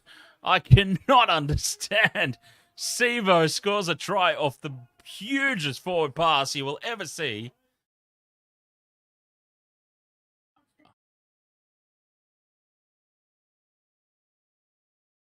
And that's the ball game. And in typical Parramatta style, it comes off the American football style. Clint Gutherson channeling his inner Tom Brady. And it leads to a try. Holy Jesus, that was so far forward. Forward passes don't come much more forward than that, I'm afraid. And that is the match winner in typical Parramatta style.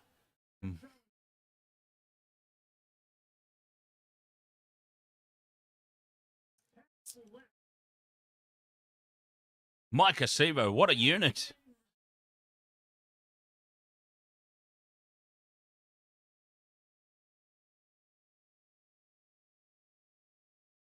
Well, no, you can't review forward passes, Kai Collins McCoy. And even if you could, Melbourne lost their review because of that terrible, terrible one-on-one strip call.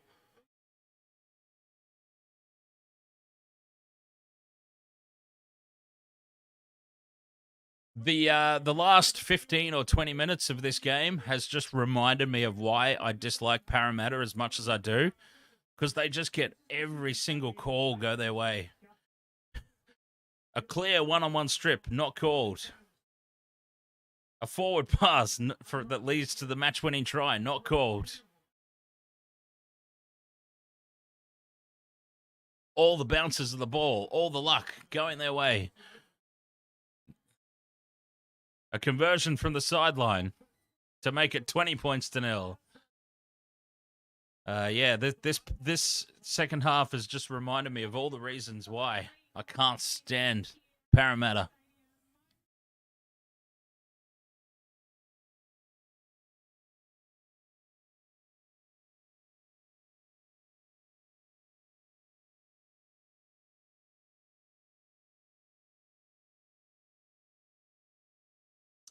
Well, this is what I was talking about, Kai Collins McCoy. This is exactly what I mean. Is there a little bit of shenanigans going on here? Because the winner of this game is going on to face Penrith in the first week of the finals. The loser of this game is going to have a complete and total walk in the park against, likely, the Canberra Raiders. I know which position I'd rather be in. I would much rather be going up against Canberra in the first week of the finals than having to take on Penrith.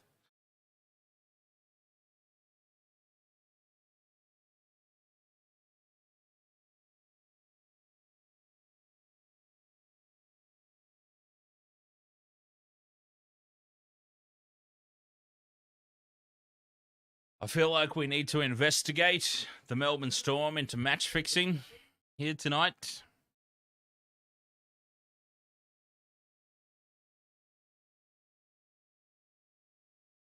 I just want to throw that one out there. Melbourne Storm match fixing.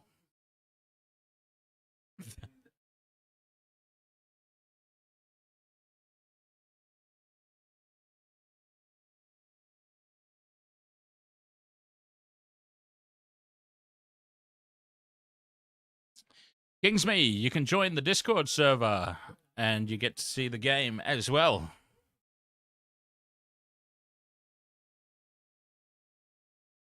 Discord. Hang on, is Chuggy here? Let's find out if Chuggy's here tonight. Sometimes I've got to manually connect the damn thing. It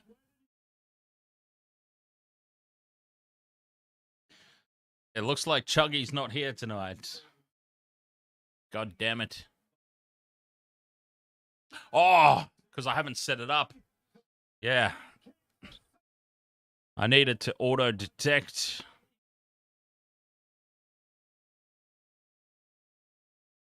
Farsi, the top 4 get 2 chances. So when Parramatta lose next week, they will have to face either...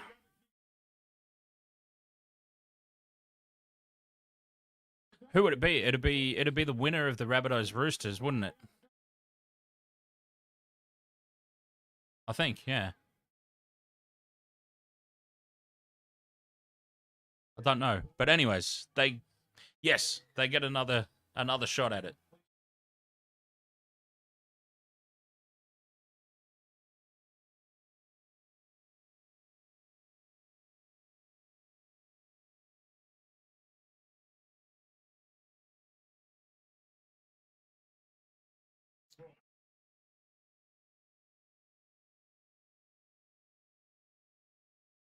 Oh yeah, I would much rather be the Melbourne Storm going into a game at home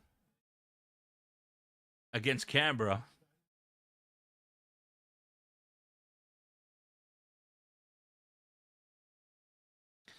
I would much rather be hosting the Raiders than traveling to play the Panthers.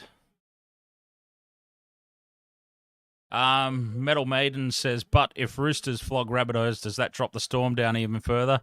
I think they have to win by about 874 points, though, for that to happen. Yeah. I mean, they've got to win by a lot. I might be exaggerating slightly, but they have to win by a lot.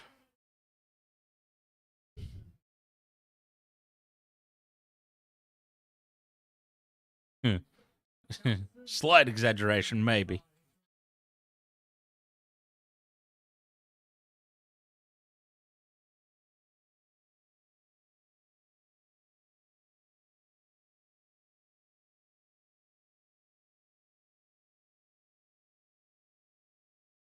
Is somebody at the stadium using a sander?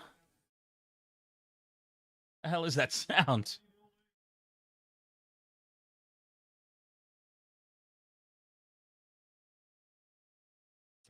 $20 points to nil, and the Great Galoots are still doing short dropouts.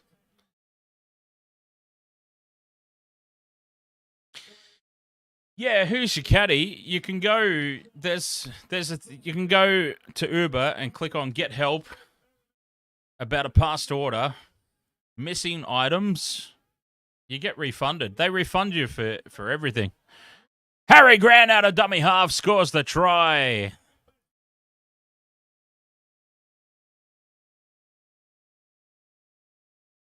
Melbourne get their first try. The Manly rep says, did anyone see the guy in the crowd with a Dolphins jersey on? They could be the next random Souths guy. The random Souths fan, yeah. They could be. Didn't random Souths guy even make it into The Simpsons one episode? I think I heard something about that. Unless that was just the Simpsons-related NRL memes Facebook page doing random stuff. All right. Hey, Lara.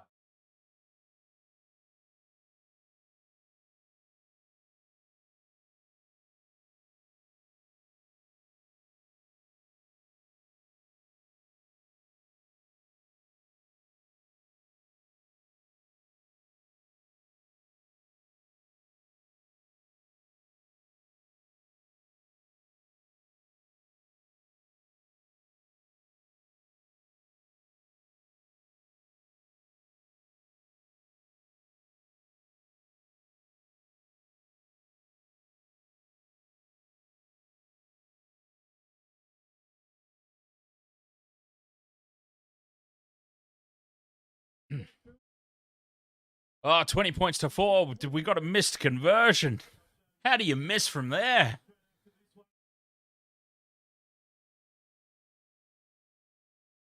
How do you miss from there?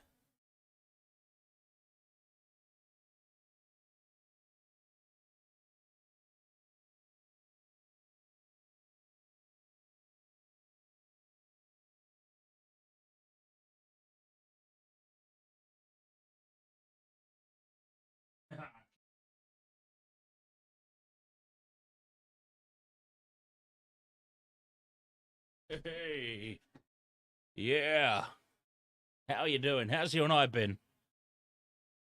Good? Having a good time?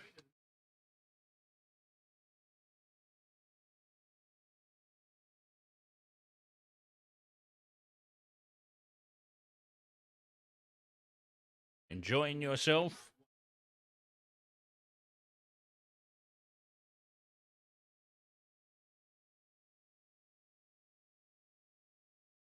Fifth and last, Munster. A spiraling bomb. They've let it bounce again. Nobody wants any part of it. And of course, it bounces kindly for the luckiest team. The luckiest, most arsiest team in the competition. Of course, the ball bounces kindly for them. And they get the ball back. Will something, just anything, please, just not go their way for once? For Christ's sake. It's very hard to watch as a neutral. It makes extremely hard viewing.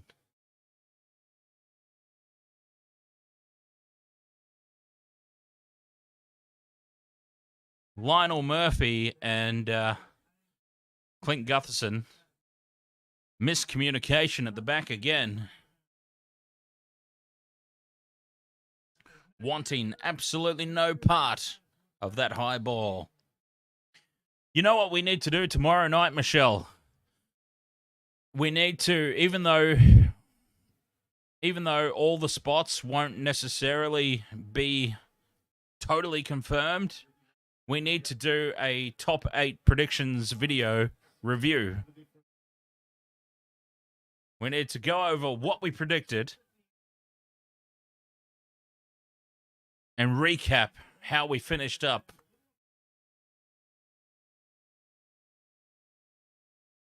Lionel Murphy taps it back. This is still play on. Oh, and it's nearly a huge mistake in the end goal. And things just continue to go well for Parramatta. Things just continue to bounce and to fall their way. Lionel Murphy up above everybody and tapping the ball back.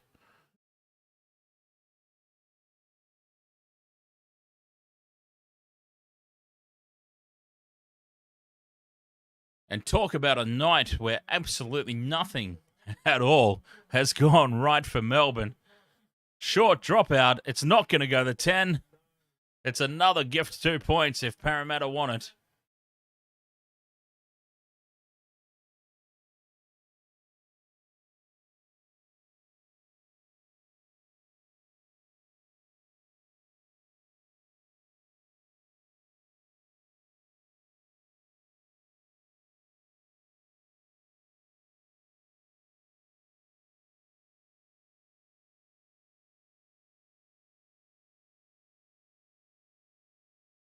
And Parramatta may have just put the dagger in their season tonight.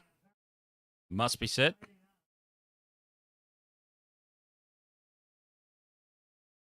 What an unenviable position to have to go into week 1 of the finals against a Penrith Panthers team that you ambushed last season, and they will be well and truly ready for you this year. I predict Penrith win week 1 of the finals by at least 30 points to 4.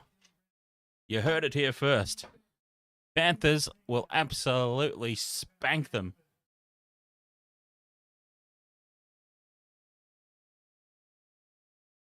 Why you would want to do that to yourself, I don't know. I would much rather the game against Canberra.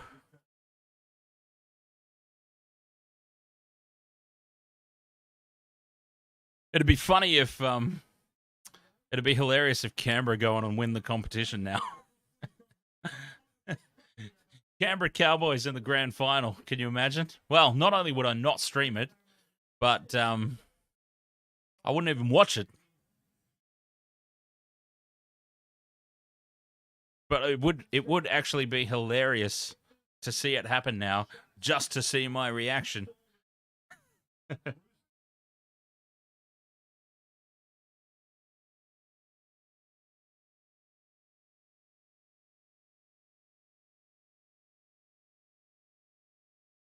Anyone remember how Penrith had the brown and white jersey? Yeah, that was a fantastic jersey.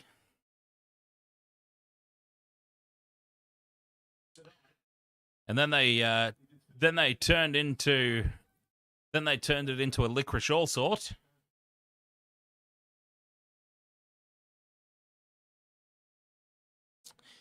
Yes, I know that, Michelle, but that's when Canberra were actually a half decent side. Let's not forget that as well. Believe it or not, Canberra did used to be a half decent team.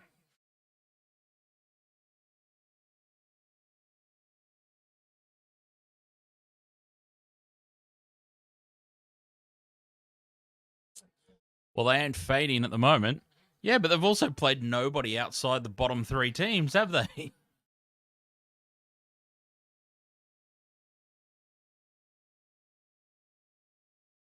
I mean, that's kind of like, for Canberra, it's kind of like being the nicest guy in prison at the moment.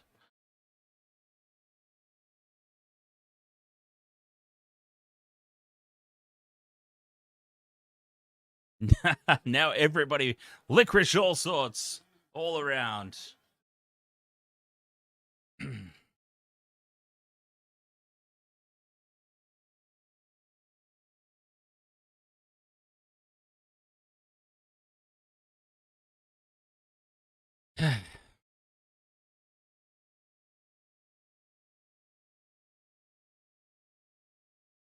This turned into a pretty dire old game.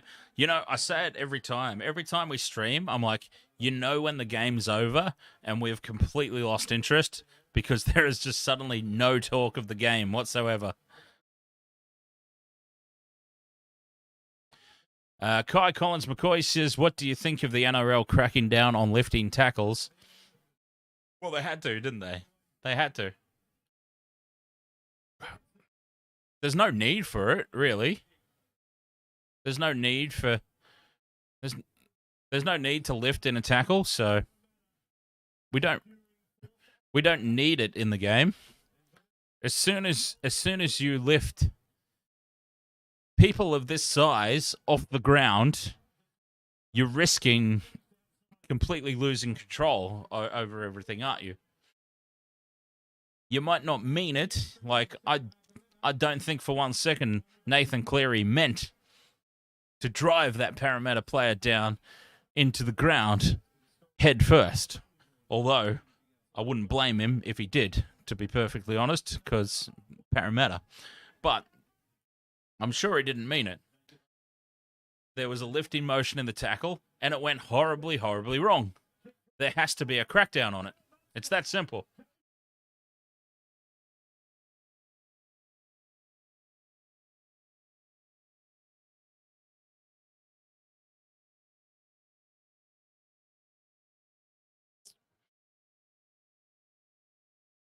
Yeah. Look, you've got to stop it. That's the thing. Like, some people are going to be very unlucky.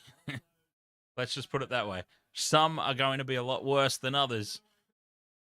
But there has to be a crackdown on all of it. There just has to be. Well, let's just get rid of the desire to lift in a tackle altogether.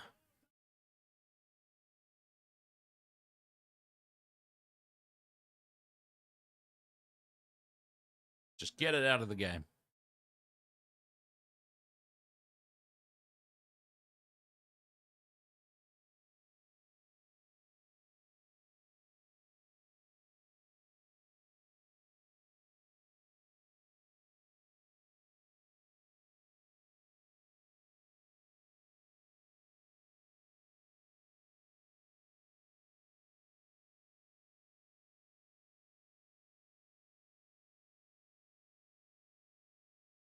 Oh, wow. The Fox Sports commentators doing their job, trying to talk up the Rugby League World Cup as if anybody but Australia's got any hint of a chance of winning that goddamn thing.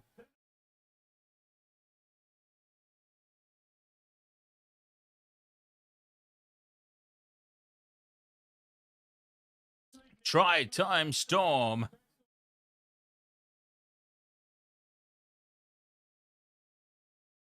Cameron Munster sets up Nick Meaney. And a consolation try for Melbourne. But they'll be very happy knowing that they've got a home final coming up. And the Eels have got an away final coming up. They might have lost the battle, but I dare say, who's got the best chance of winning the war? I tell you what, it's such a ridiculous setup for the final series, really, isn't it? It is actually just a ridiculous setup for the final series. Parramatta have, like, in the last week of the regular season, put in a great performance in general to win this game. And what they've successfully done is finish fourth in the competition. But the team that finishes fifth, that they have just come out and beaten tonight, has a much better deal in the first week of the finals. Yes, Parramatta have earned themselves a second bite at the cherry, as they say. But shouldn't the team that finishes fourth get a better deal in the first week of the finals than the team that finishes fifth? Yeah. Anyway, I won't even try and figure it out. I don't think there's a single sport anywhere in the world that has got the perfect finals system in place. I think it's non-existent. The perfect finals format. Juanita, yes, if you join the Discord server, you can absolutely check out the game. You've still got to listen to me, so sucked in for that, but it is my YouTube channel, to be fair, so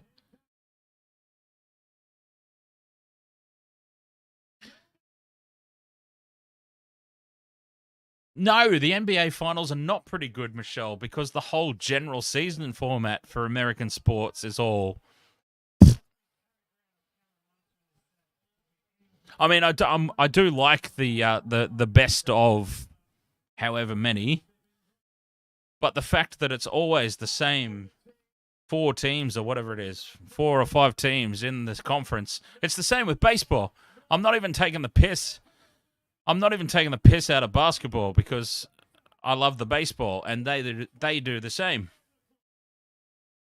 It's the same 4 teams in a conference, so it's always the same team that gets into the finals. So it's their regular season format that lets them down.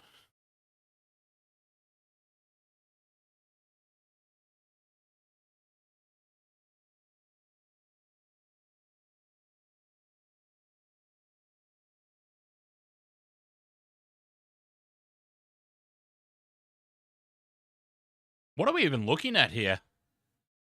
I don't understand why this is going up, other than the possibility of an 8-point try.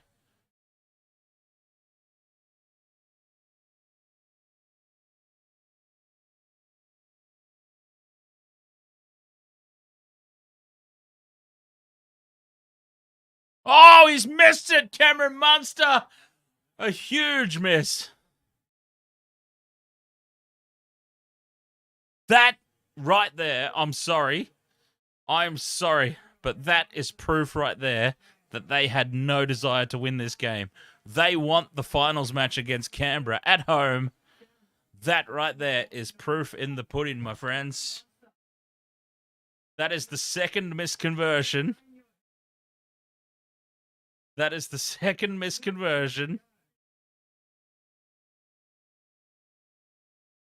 Yep.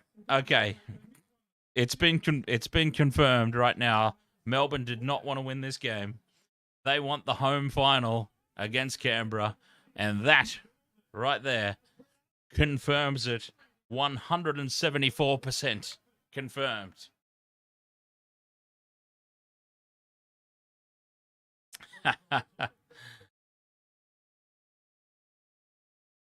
I mean, they still weren't going to win the game anyway, even if he kicks that.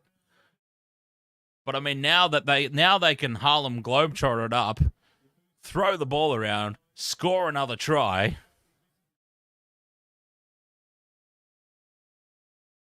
And they can say, hey, we outscored them 4 tries to 3.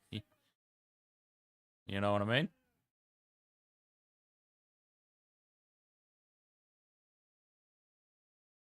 Cheeky stuff here from Craig Bellamy and the Melbourne Storm. Tanking the game and getting themselves the easier week 1.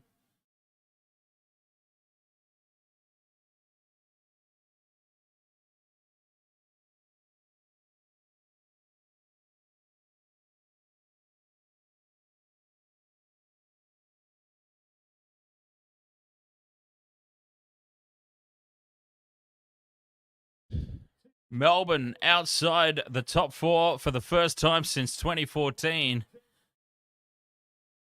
And they've found themselves in a better position than Parramatta. Go figure.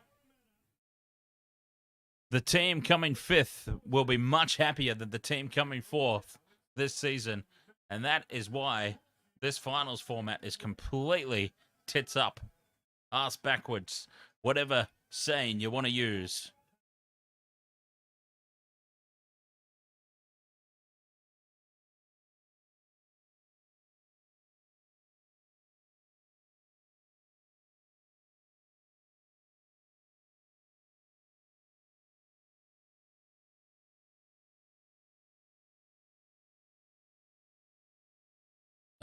Thank you very much, Discord. I'm going to shut the game down now. Thanks for joining us there.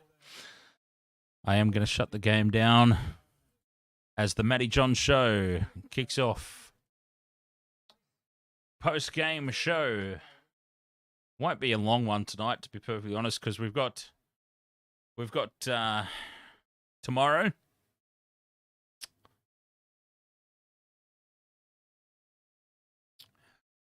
Yeah, we've got tomorrow coming up, tomorrow night, Roosters, Rabbitohs. It's going to be an interesting one tomorrow, Roosters, Rabbitohs, because absolutely neither team is going to care. Really, there's nothing to be gained or lost from it. Nothing to be gained, nothing to be lost, because both the Roosters and the Rabbitohs are going to be facing each other again the following week. Pride, who cares about pride? You will happily lose the battle to win the war. Lose the battle, win the war. And the war starts next weekend in the finals. Winning this week means literally nothing. Literally nothing for those two teams. Because the real battle will be next weekend. First week of the finals. But anyways, I'm actually going to go out on a limb and say, smart play tonight. Melbourne have successfully evaded Penrith for week 1. And actually, let's see. Before I start saying that too much, let's actually have a look. Let's go and see the NRL ladder predictor. Let's go to the ladder predictor. Let's reset everything, and let's just see. Okay. So Parramatta have beaten the Storm to claim 4th spot. Bulldogs Manly in the Who Cares Cup. And then Roosters Souths Who Cares, really, ultimately. They're both going to be facing each other the next week anyway. Warriors Titans, who cares? Let's say the Broncos beat the Dragons. Cowboys should beat the Panthers since they've rested 142 players from their starting squad. Sharks should beat the Knights. Tigers Raiders, I'm actually going to say Sunday, Father's Day.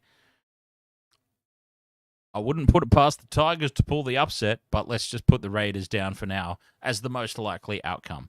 Okay, so with the most likely outcomes to take place, we have Panthers winning in week 1 of the finals over the Eels, about 30 points to 4. Storm are going to decimate the Raiders, who are just making up the numbers. Roosters and Rabbitohs play each other again, and very unlucky for one of those two teams to be going out in week 1. Let's go ahead and give it to the Roosters. It's a flip of the coin, to be perfectly honest, but let's give it to the Roosters. And then you've got the Sharks Cowboys in week 1. Let's give it to the Sharks just because they're my team. But honestly, I said at the start of the final series, Sharks and Cowboys are likely to go out in straight sets. We've made a complete and total mockery of that. Because now one of the two teams is going to get a second shot. Okay, so finals week 2. Eels and Storm would meet each other again. Okay? Eels lose week 1 of the finals to the Panthers, which they will more than likely do. It's Eels versus the Storm in second week of the finals. All right? Cowboys, Roosters. Let's say the Roosters win that one. The Storm have now swung themselves to the other side of the table. This is the beauty in Craig Bellamy's master plan. This is the beauty of it. They have now ensured themselves they will be on the opposite side of the table to the Penrith Panthers. They don't have to encounter them in week 1 of the finals, which is basically a guaranteed loss for anybody who finishes 4th spot. They've got themselves over to the other side of the table. In week 3 of the finals, the Storm are going to be playing either the Sharks or the Cowboys, whoever wins in that 2 versus 3 playoff. Panthers will have the Roosters or the Rabbitohs, depending on the scenario there. So when the Panthers win that game, the Storm have got the Sharks or the Cowboys in finals week 3. I tell you, I've got to be totally honest right now. Whatever Melbourne are paying right now to make the grand final, get something on it. Gamble responsibly. For the love of Christ, gamble responsibly. But put something on it. Whatever they're paying at the end of this weekend to make the grand final, they have just set themselves up with a dream run. A dream run. By faltering in this game, they have guaranteed the easiest path out of all the other teams into the grand final, and you heard it here first. Just some things happened in that game. Some things happened in that game that just made me stop and think and go, that's not normal. I'm not buying that. I'm sorry. I'm not buying that. So let's go over this again. The Storm cannot lose to Canberra in week 1 of the finals at home. I'm sorry. It's just there is like a 0.0001% possibility of that happening. I'm not saying that it can't happen. I'm saying there's like a 0.0001% chance of that happening. All I'm saying is by losing tonight, they have set themselves up for the best chance of making it through to the grand final. The easiest route out of all the other teams. I mean, look, week 1, Panthers, Eels. And you're going to have a completely fresh, rested Penrith Panthers team because they rested 180 players for this weekend against the Cowboys. 192 players out of their top squad rested. Panthers versus Eels. Week 1, okay? Eels are going to get absolutely roughed up by Penrith, right, in week 1 of the finals. I'm not saying that will happen. I'm just saying, like, this is the thinking. Okay? This is the thinking. Week 1 of the finals, Panthers, Eels. Eels are going to be all busted up. Storm have got a piece of piss-easy game against the Raiders at home, in theory. In theory, before any Viking-clapping bastards jump down my throat. In theory. Piece of piss game against the Raiders in week 1. Roosters are playing the Rabbitohs. That's going to be a complete and total bash-up. Sharks are playing the Cowboys. 2 teams that are just making up the numbers with no chance of winning the premiership, beating the hell out of each other in week 1. The Storm are the only team there with an easy game in week 1 of the finals. They've effectively given themselves a week off in week 1. Then we go to week 2. Okay, let's just say the Panthers do spank the Eels. All right, decimate them, annihilate them, bust them up. Okay, it's the Eels and the Storm in a rematch. So the Storm have had a cruisy game against the Raiders, and the Eels have been all busted up and broken against the Panthers. They now play the Eels again in a rematch. And the Cowboys have got the Roosters, okay? It puts them on the opposite side of the draw to the Panthers. So let's just say let's just say that the Eels are all busted up and broken, and the Storm get up over the top of them in the rematch, and they win. And the Roosters beat the Cowboys. They've got themselves on the opposite side of the draw. They're now playing the Sharks or the Cowboys in week 3 of the finals. Sharks and Cowboys are just making up the numbers. Easy win again for the Melbourne Storm. A gift into the grand final. Whereas the Panthers now, or the Eels, have to play the Roosters in week 3. So again, a bit of a walk in the park for the Storm. And you've got two teams busting each other up in finals week 3.